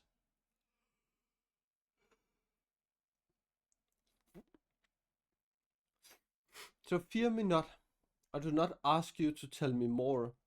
I do not ask you to tell me whether I speak nearer the mark, but if I will trust you, it may be that I can advise you in your present quest, whatever that be. Yes, and even aid you. Frodo made no answer. He almost yielded the desire for help and counsel. To tell this grave young man, whose words seemed to so wise and fair, all that was in his mind, but something held him back. His heart was heavy with fear and sorrow. If he and Sam were indeed, as seemed likely, all that was now left of the 9 walkers, then he was in sole command of the secret of the errand. Better mistrust undeserved than rash words. And the memory of Boromir, of the dreadful change that Lord of the Ring had worked in him, was very present in his mind. When he looked at Faramir and listened to his voice, unlikely they were, and yet also much akin. They walked on in silence for a while, passing like grey and green shadows under the old trees, their feet making no sound, Above them many birds sang, and the sun glistened on the polished roof of dark leaves in the evergreen woods of Ithilien.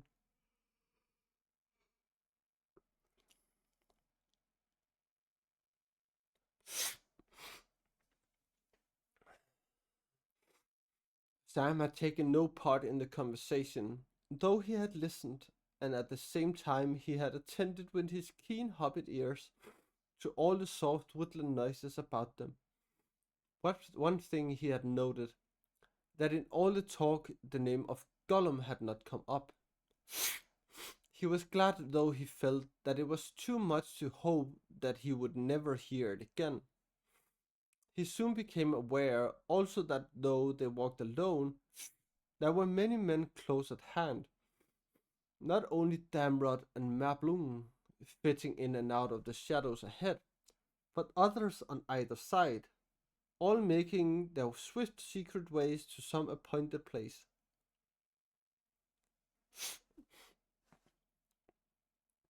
Once looking suddenly back, as if a prickle of the skin told him that he was being watched from behind, he thought he caught a brief glimpse of a small dark shape slipping behind a tree trunk. He opened his mouth to speak and shut it again. I'm not sure of it, he said to himself, and why should I remind them of the old villain if they choose to forget him? I wish I could. So they passed on until the woodlands grew thinner and the land began to fall more steeply. Then they turned aside again to the right and came quickly to a small river in a narrow gorge. It was the same stream that trickled far above out of the round pool, now grown to a swift torrent, leaping down over many stones in a deep cloven bed, overhung with ilex and dark boxwood. Looking west, they could see below them in a haze of light lowlands and broad meads, and glinting far off in the westering sun, the wide waters of the Yanduin.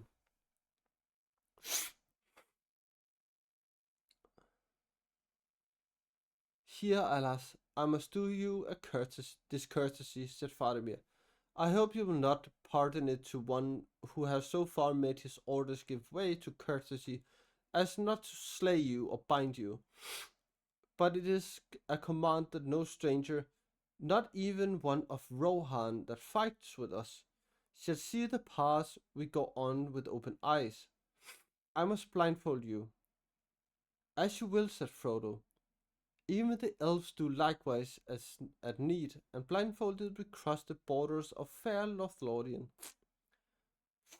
Gimli the dwarf took it ill, but the hobbits endured it. It is to no place so fair that I should lead you, said Faramir.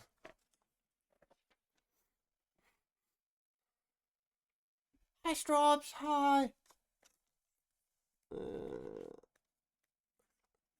92. So 12 pages left. How are you, Strops?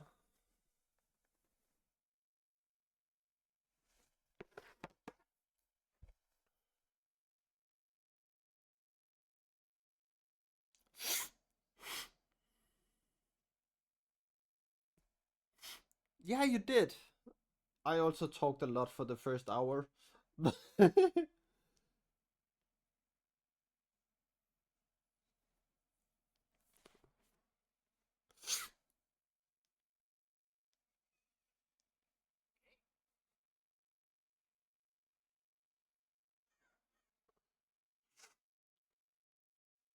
Oh, that's not so good. But well, at least you can chill here and have a nice evening with have a nice afternoon with us.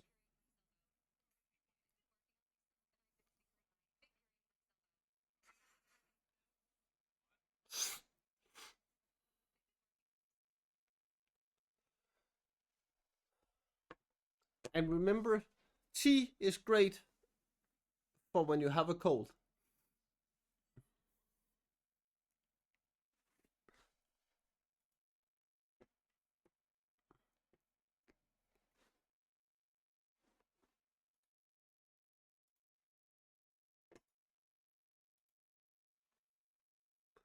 Good.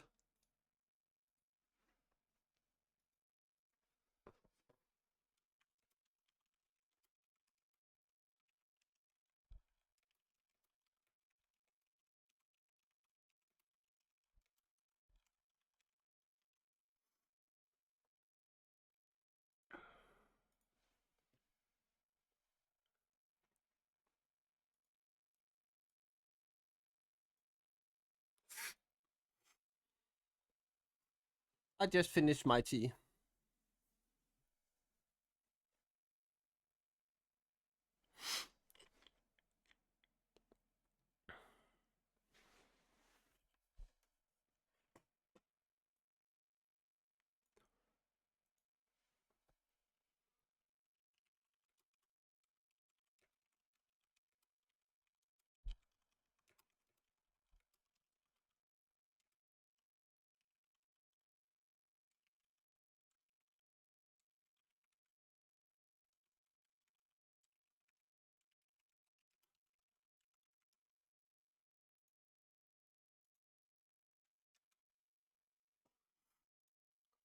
Hmm.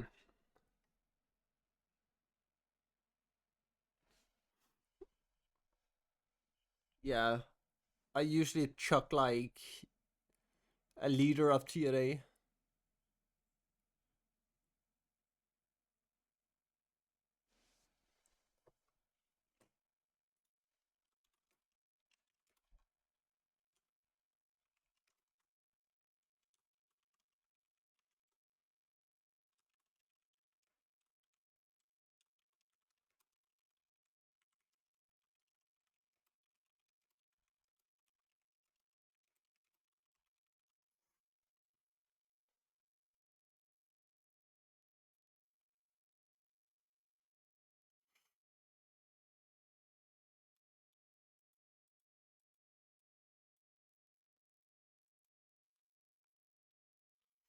Mm.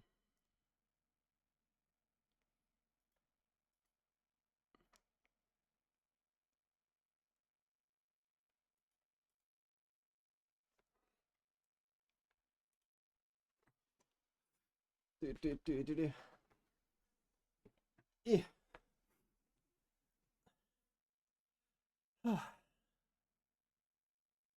Yeah, that's fine.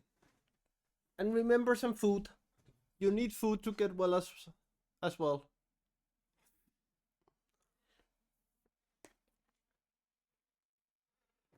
So yes, here we go again.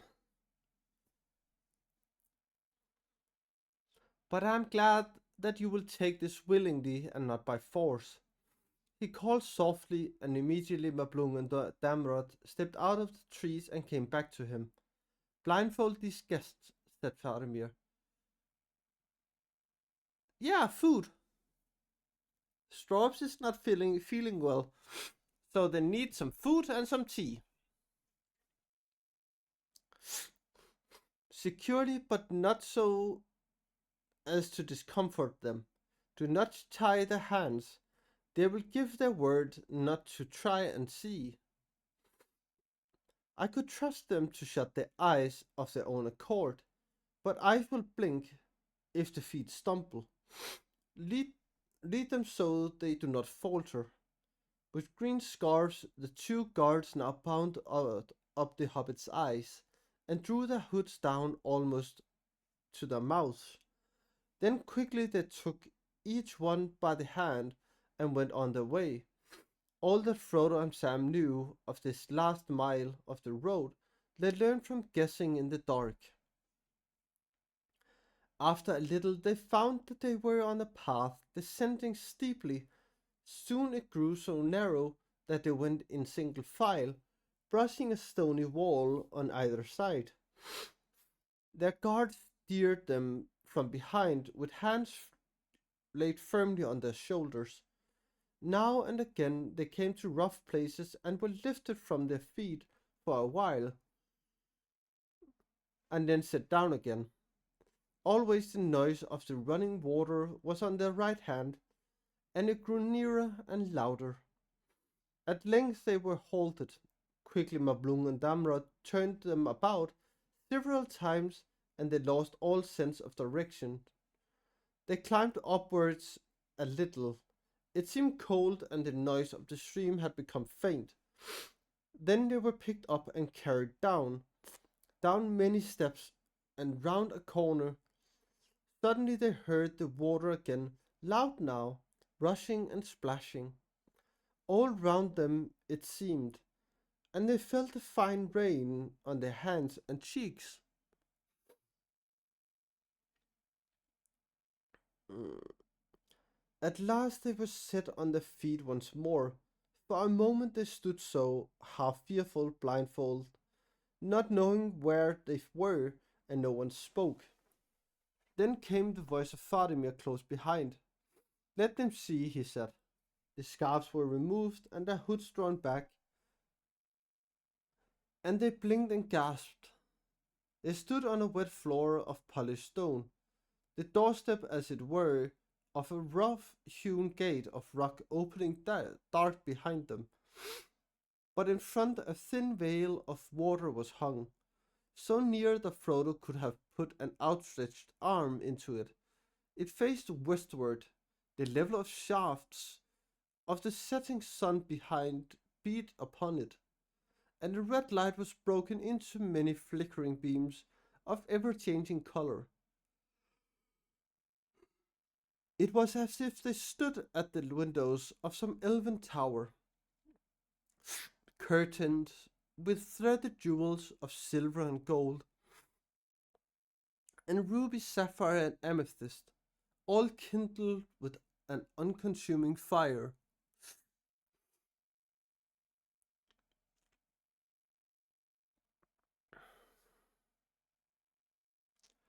At least by good chance we came at the right hour to reward you for your patience, said Faramir. This is the window of the sunset, Hinneth Anun, fairest of all the falls of Ithilien, land of many fountains. Few strangers have ever seen it, but there is no kingly hall behind to match it. Enter now and see. Even as he spoke, the sun sank, and the fire faded into the flowing water. They turned and passed under the low, forbidding arch. At once they found themselves in a rock chamber, wide and rough, with an uneven sloping roof. A few torches were kindled and cast a dim light on the glistening walls. Many men were already there. Others were still coming in by twos and threes through a dark narrow door on one side. As their eyes grew accustomed to the gloom, the hobbits saw that the cave was larger than they had guessed, and was filled with great stores of arms and victuals. Well, here is our refuge, said Faramir. Not a place of great ease, but here you may pass the night in peace. It is dry, at least, and there is food, though no fire. At one time the water flowed down through this cave and out of the arch, but its course was changed further up the gorge by workmen of old, and the stream sent down in a fall of double height over the rocks far above. All the ways into this grot were then sealed against the entry of water or aught else, all save one. There are now but two ways out, the passage yonder by which you entered blindfold, and though the window curtain into a deep bowl filled with knife of stone. Now rest until the evening meal is set.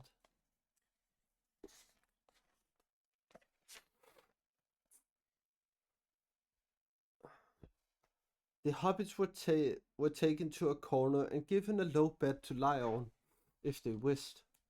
Meanwhile men busied themselves about the cave, quietly and in orderly quickness. Light tables were taken from the walls and set up on trestles and laden with gear. This was plain and unadorned for the most part, but all well and fairly made. Round platters, bowls, and dishes of glazed brown clay or turned boxwood, smooth and clean. Here and there was a cup or a basin of polished bronze, and a goblet of plain silver was set by the captain's seat in the middle of the inmost table.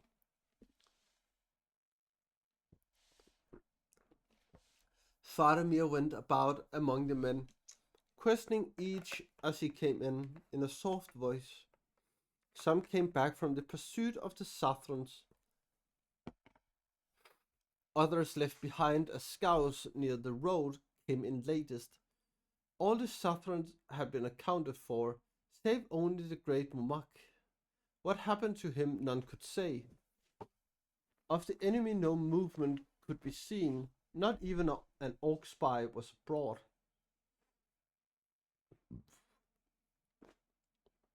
You saw and heard nothing, unborn? Faramir asked of the latest comer. Well, no, lord, said the man. No orc, at least. But I saw, or thought I saw, something a little strange.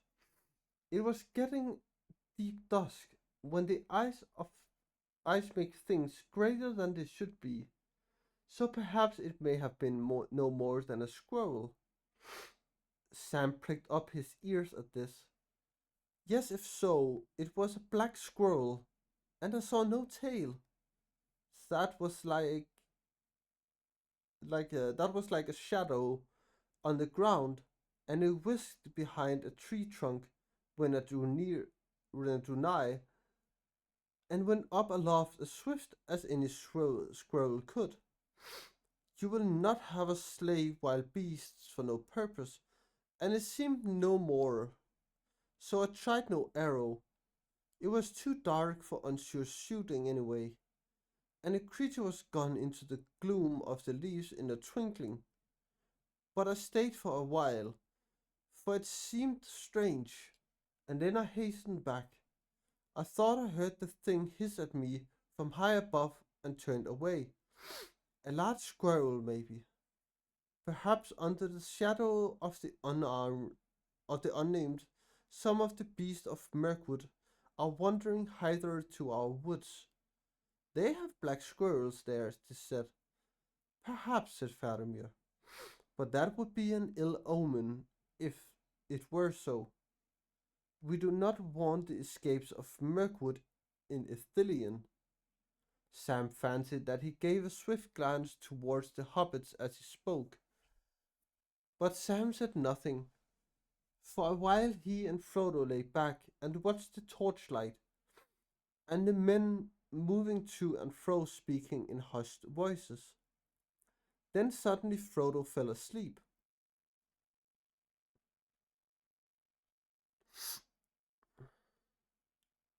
Sam struggled with himself, arguing this way and that.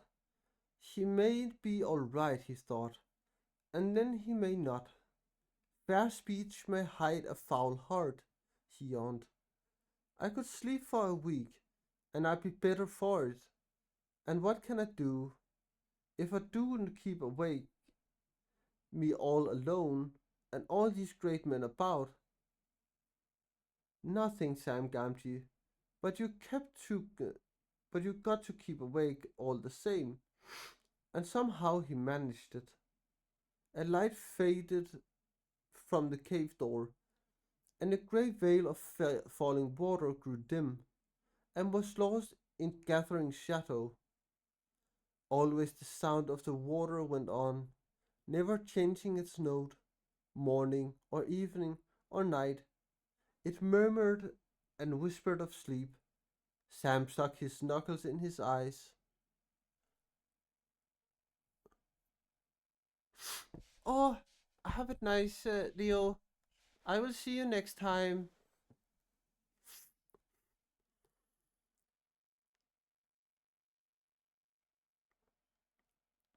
And remember, you can always listen to the rest on YouTube after tonight.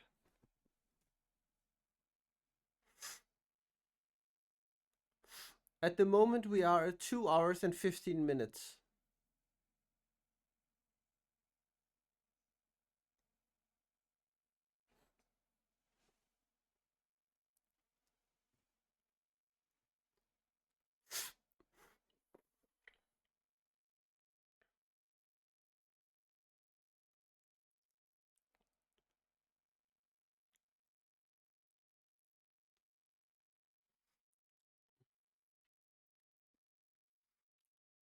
Now more torches were being lit. A cask of wine was broached. Storage barrels were being opened. Men were fetching water from the fall. Some were leaving their hands in basins. A white copper bowl and a white cloth were brought to Faramir, and he washed. Wake our guests, he said, and take them water. It is time to eat. Frodo sat up and yawned and stretched. Sam, not used to being waited on, looked with some surprise at the tall man who bowed, holding a basin of water before him. Put it on the ground, master, if you please, he said. Easier for me and you. Then, to the astonishment and amusement of men, he plunged his head into the cold water and splashed his neck and ears. Is it the custom in your land to wash the head before supper? Said the man who waited on the hobbit. No, before breakfast, said Sam. But if you're short of sleep, cold water on the neck like rain on a wilted lettuce. There, now I can keep awake long enough to eat a bit. They were led then to seats beside Faramir, barrels covered with pelts, and high enough above the benches of the men for their convenience. Before they ate, Faramir and all his men turned and faced west in a moment of silence. Faramir signed to Frodo and Sam that they should do likewise. So we always do, he said, as they sat down. We looked towards Numenor that was, and beyond the elven home that is, that is, and to that which is beyond elven home and will ever be. Have you no such custom at meat? No, said Frodo, feeling strangely rustic and untutored. But if we are guests, we bow to our host, and after we have eaten, we rise and thank him. That we do also, said Faramir. After so long journeying and camping, and days spent in the lonely wild, the evening meal seemed a feast to the hobbits. To drink pale yellow wine, cool and fragrant, and eat bread and butter and salted meats, and dried fruits, and good red cheese, with clean hands and clean knives and plates. Neither Frodo nor Sam refused anything that was offered, nor a second, nor indeed a third helping. The wine coursed in their veins and tired limbs, and they felt glad and easy of heart, as if they had not done since they left the land of Lorien. When all was done, Faramir led them to a recess at the back of the cave, partly screened by curtains, and a chair and two stools were brought there. A little earthenware lamp burned in a niche. You may soon desire to sleep, he said, and especially good Samwise, who would not close his eyes before he ate, whether for fear of blunting the edge of a noble hunger, or for fear of me, I do not know. But it is not good to sleep too soon after meat, and not following a fast. Let us talk a while. On your journey from Rivendell, there must have been many things to tell, and you too, would perhaps wish to learn something of us and the lands where you are now. Tell me of Boromir, my brother, and of old Mithrandir, and of the fair people of Lothlorien. Frodo no longer felt sleepy, and he was willing to talk. But though the food and wine had put him at his ease, he had not lost all his caution. Sam was beaming and humming to himself, but when Frodo spoke, he was at first content to listen, only occasionally venturing to make an exclamation of agreement. Frodo told many tales, Yet always he steered the matter away from the quest of the company and from the ring, enlarging rather on the valiant part Boromir had played in all their adventures. With the wolves of the wild, in the snows under Cardathas, and in the mines of Moria where Gandalf fell, Faramir was most moved by the story of the fight on the bridge. It must have irked Boromir to run from orcs, he said, or even from the fell thing you named the Balrog, even though he was the last to leave. He was the last, said Frodo, but Aragorn was forced to lead us. He alone knew the way after Gandalf's fall, but had been there.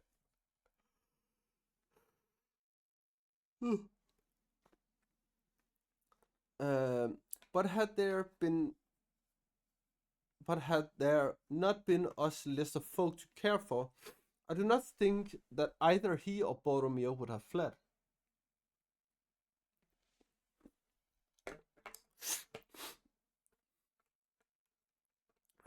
Maybe it would have been better had Boromir fallen there with Mithrandir, said Faramir, and not gone on to the fate that waited above the falls of Dharos. Maybe. But tell me now of your own fortunes, said Frodo, turning the matter aside once again. For I would learn more of Minas Ithil and Osgiliath and Minas Tirith, the long enduring. What hope have you for that city in your long war? What hope have we? Said Faramir. It is long since we had any hope. The sword of Elendil, if it returns indeed, may rekindle it. But I do not think that it will do more than put off the evil day, unless other help unlocked for also comes from elves or men. For the enemy increases and we decrease. We are a failing people, a springless autumn.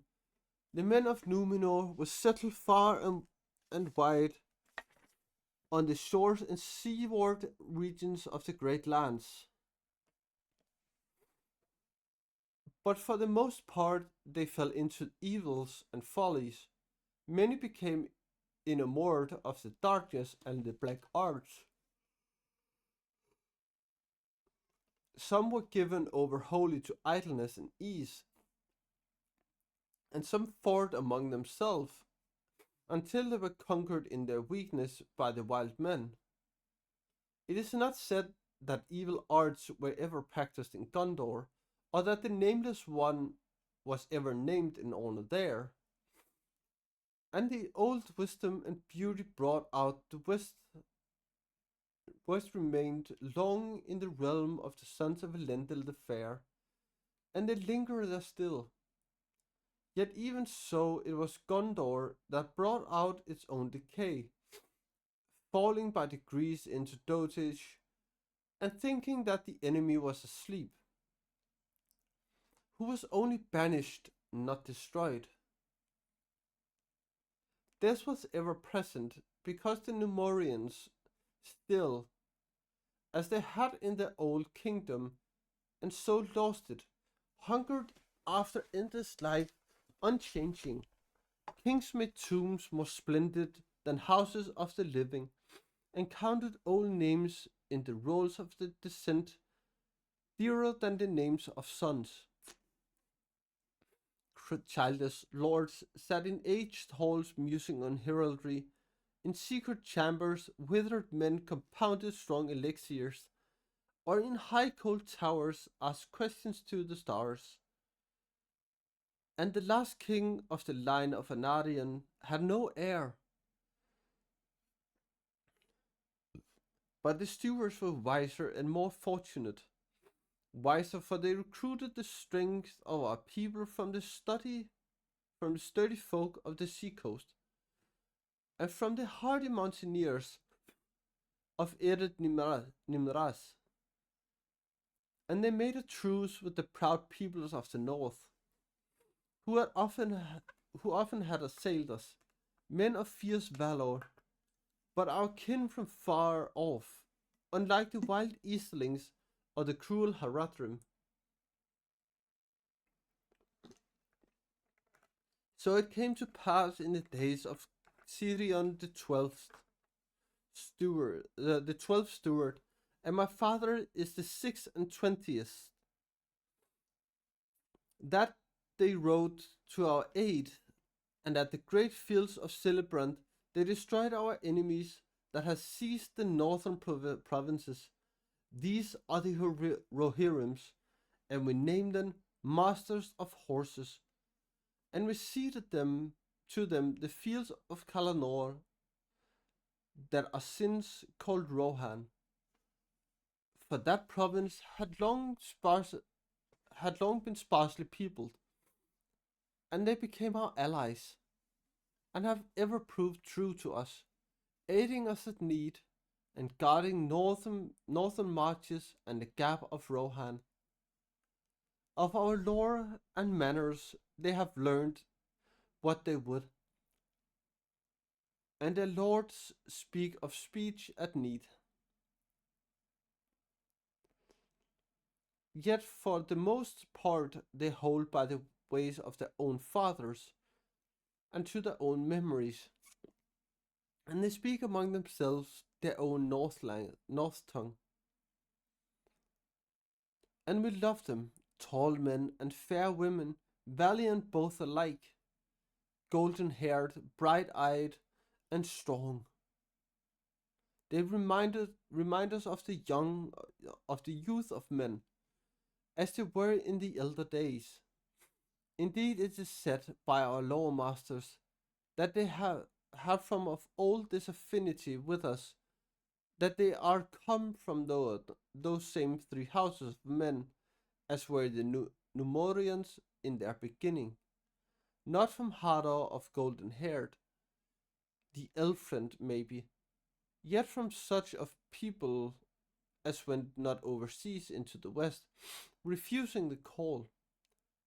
For so we reckon men in our lore, recalling them the high or men of the west, which were Numorians, and the people's men of the twilight, such as are the Rohirrim, and their kin that dwell still far in the north, and the wild, the men of darkness. Yet now the Rohirrim are grown in some ways more like to us, enhanced in arts and gentleness. We too have become more like them, and can scarce claim any longer the title high. We are become middlemen of the twilight, but with memory of other things. For as the Rohirrim do, we now love war and valor as things good in themselves, both as sport and an end. And though we still hold that a warrior should have more skills and knowledge than only the craft of weapons and slaying, we esteem a warrior nonetheless above men of other crafts. Such is the need of our days. So even was my brother, a man of prowess, and for that he was accounted the best man in Gondor, and very valiant indeed he was. No heir of Minas Tirith has for long years been so hardy in toil, so onward in battle, or blown a mightier note on the great horn. Faramir sighed and fell silent for a while.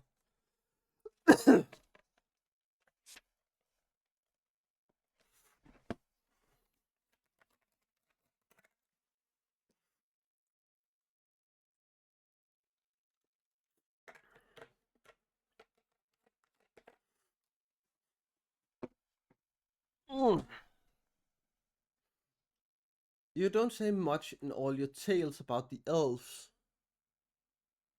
About the elves, sir, said Sam, suddenly plucking up courage. He had noted that Faramir seemed to refer to elves with reverence, and this even more than his courtesy, and his food and wine had won Sam's respect and created his suspicion. No, indeed, Master Samwise, said Faramir, for I am not learned in elven lore. But there you touch upon another point in which we have changed, declining from Numenor to Middle-earth. For as you may know, if Mithrandir was your companion, and you have spoken with Elrond, the Edain, the fathers of the Numerians, fought beside the elves in the first wars, and were rewarded by the gift of the Ser of the kingdom in the midst of the sea, within sight of Elven home. But in Middle-earth, men and elves became estranged in the days of darkness by the arts of the enemy, and by the slow changes of time, in which each kind walked further down their sundered roads. Men now fear and misdoubt the elves, and yet know little of them. And we of Gondor grow like other men, like the men of Rohan, for even they who are foes of the Dark Lord shun the elves and speak of the Golden Wood with dread. Yet there are among us still some who have dealings with the elves when they may, sorry, and ever and anon one will go in secret to Lorien, seldom to return. Not I, for I deem it perilous now for a mortal man wilfully to seek out the elder people. Yet I envy you that you have spoken with the White Lady, the Lady of Lorien. Galadriel, cried Sam. You should see her. Indeed you should, sir. I'm the only hobbit, and gardening's my job at home, sir. If you understand me, and I'm not much good at poetry, not at making it, but a bit of comic rhyme, perhaps, now and again. You know, but not real poetry, so I can't tell you what I mean. It ought to be sung. You have to get Strider Aragon, that is, or old Mr. Bilbo for that. But I wish I could make a song about her. Beautiful she is, sir. Lovely. Sometimes like a great tree and flower. Sometimes like a white daffodil. Small and slender like. Hard as diamonds. Soft as moonlight. Warm as sunlight. Cold as frost in the stars. Proud and far off as a snow mountain, and as merry as any lass I've ever saw with daisies in her hair in springtime. But that's a lot of nonsense, and all wide of my mark. Then she must be lovely indeed, said Faramir. Perilous fair. I don't know about Perilous, said Sam. It strikes me that folk takes the peril with them into Lorien, and finds it there because they brought it. But perhaps you could call her perilous, because she's so strong in herself. You you could dash yourself into pieces on her, like a ship on a rock, or drown yourself like a hobbit in a river. But neither rock nor river would be to blame. Now, Boromir, he stopped and went red in the face. Yes, now, Boromir, you would say, said Faramir. What would you say? He took peril with him?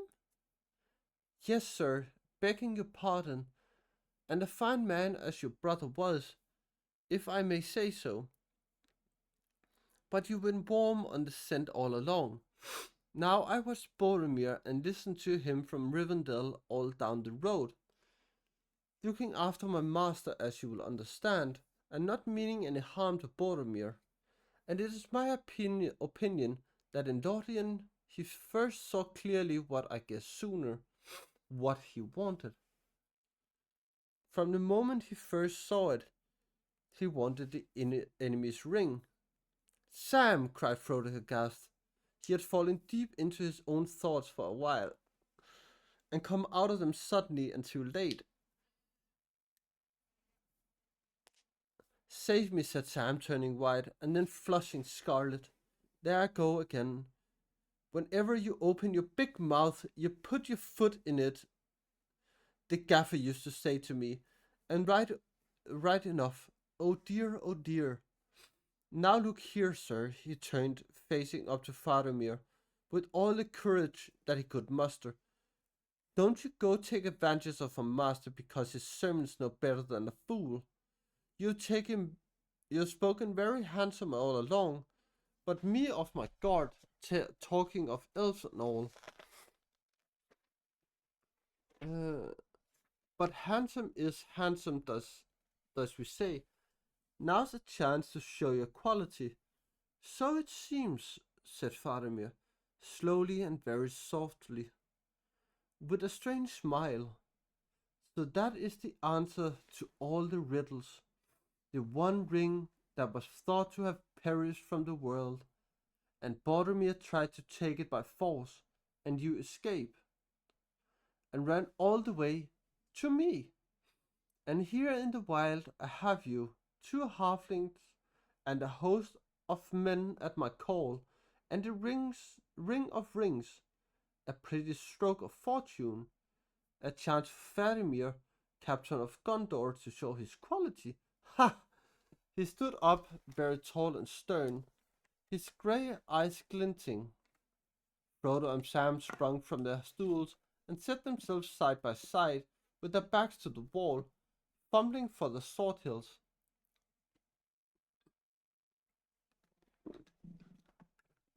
There was silence. All the men in the cave stopped talking and looked towards them in wonder. But Faramir sat down again in his chair and began to laugh quietly, and then suddenly became grave again. Alas for Boromir! It was too sore a trial, he said. How you have increased my sorrow, you two strange wanderers from a far country, being a peril of men, but you are less judges of men than I of halflings. We are truth speakers, we men of Gondor.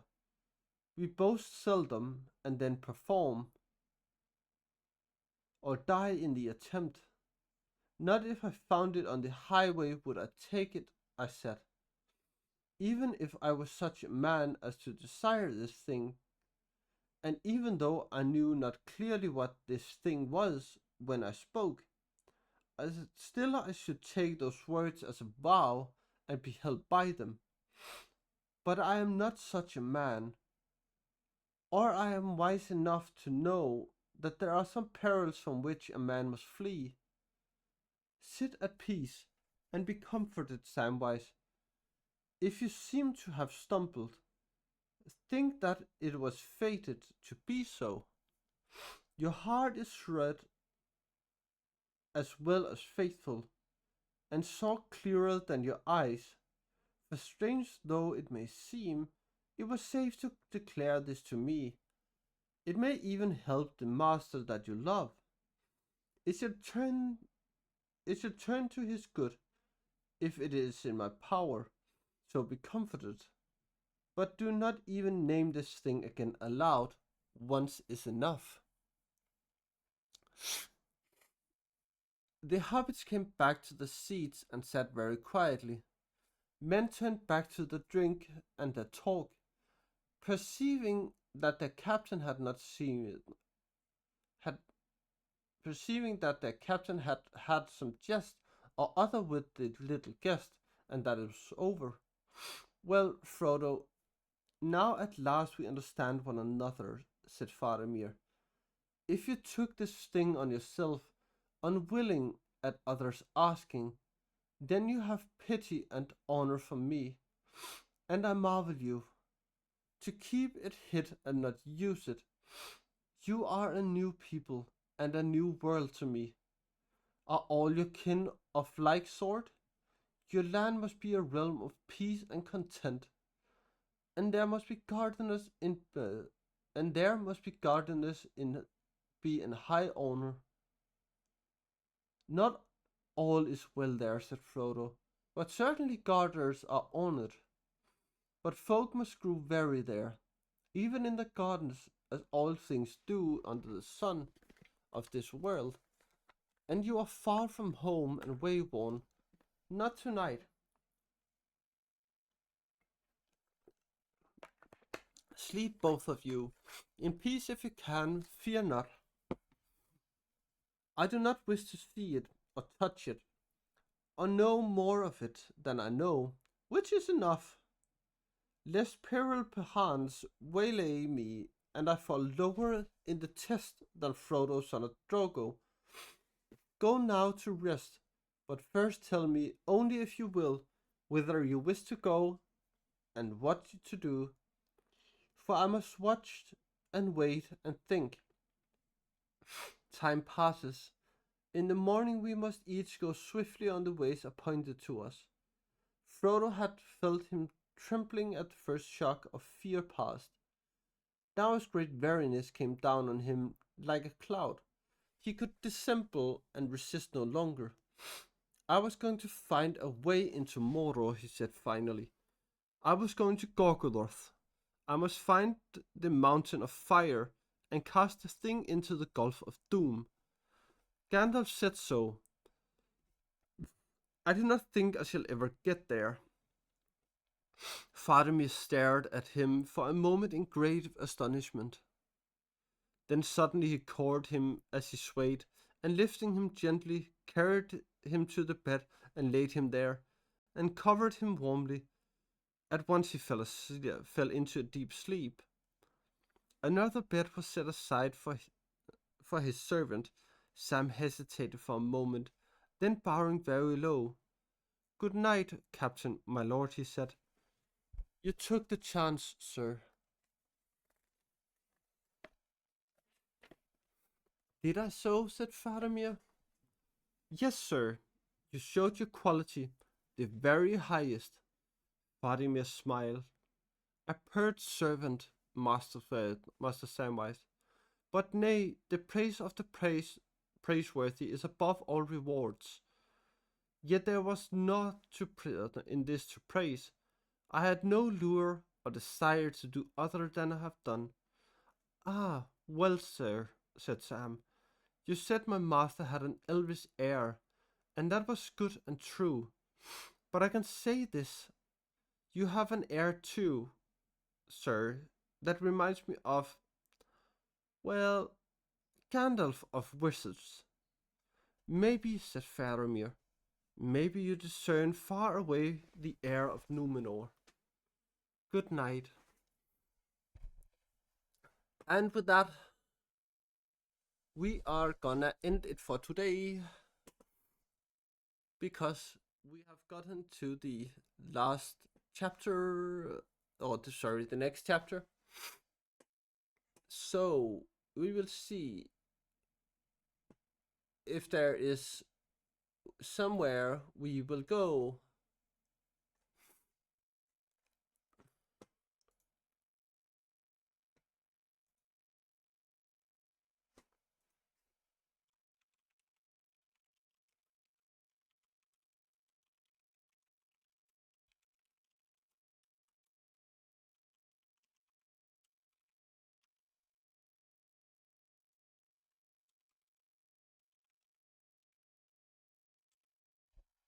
But yeah, we will go now, and we will annoy someone called Andreano Art, because he is rarely on, and it's rarely we get to it's rarely we get to see her online at this time. So can one of my mods please do the raid commands? And everyone which want to join us in the raid, please take one of the messages. First one is for if you are a follower, and the next one is if you are a subscriber. But yes, thank you for the very nice time you have all given me today. And I will see you all next. No, not next Sunday, but maybe the Sunday after. It will be the 17th.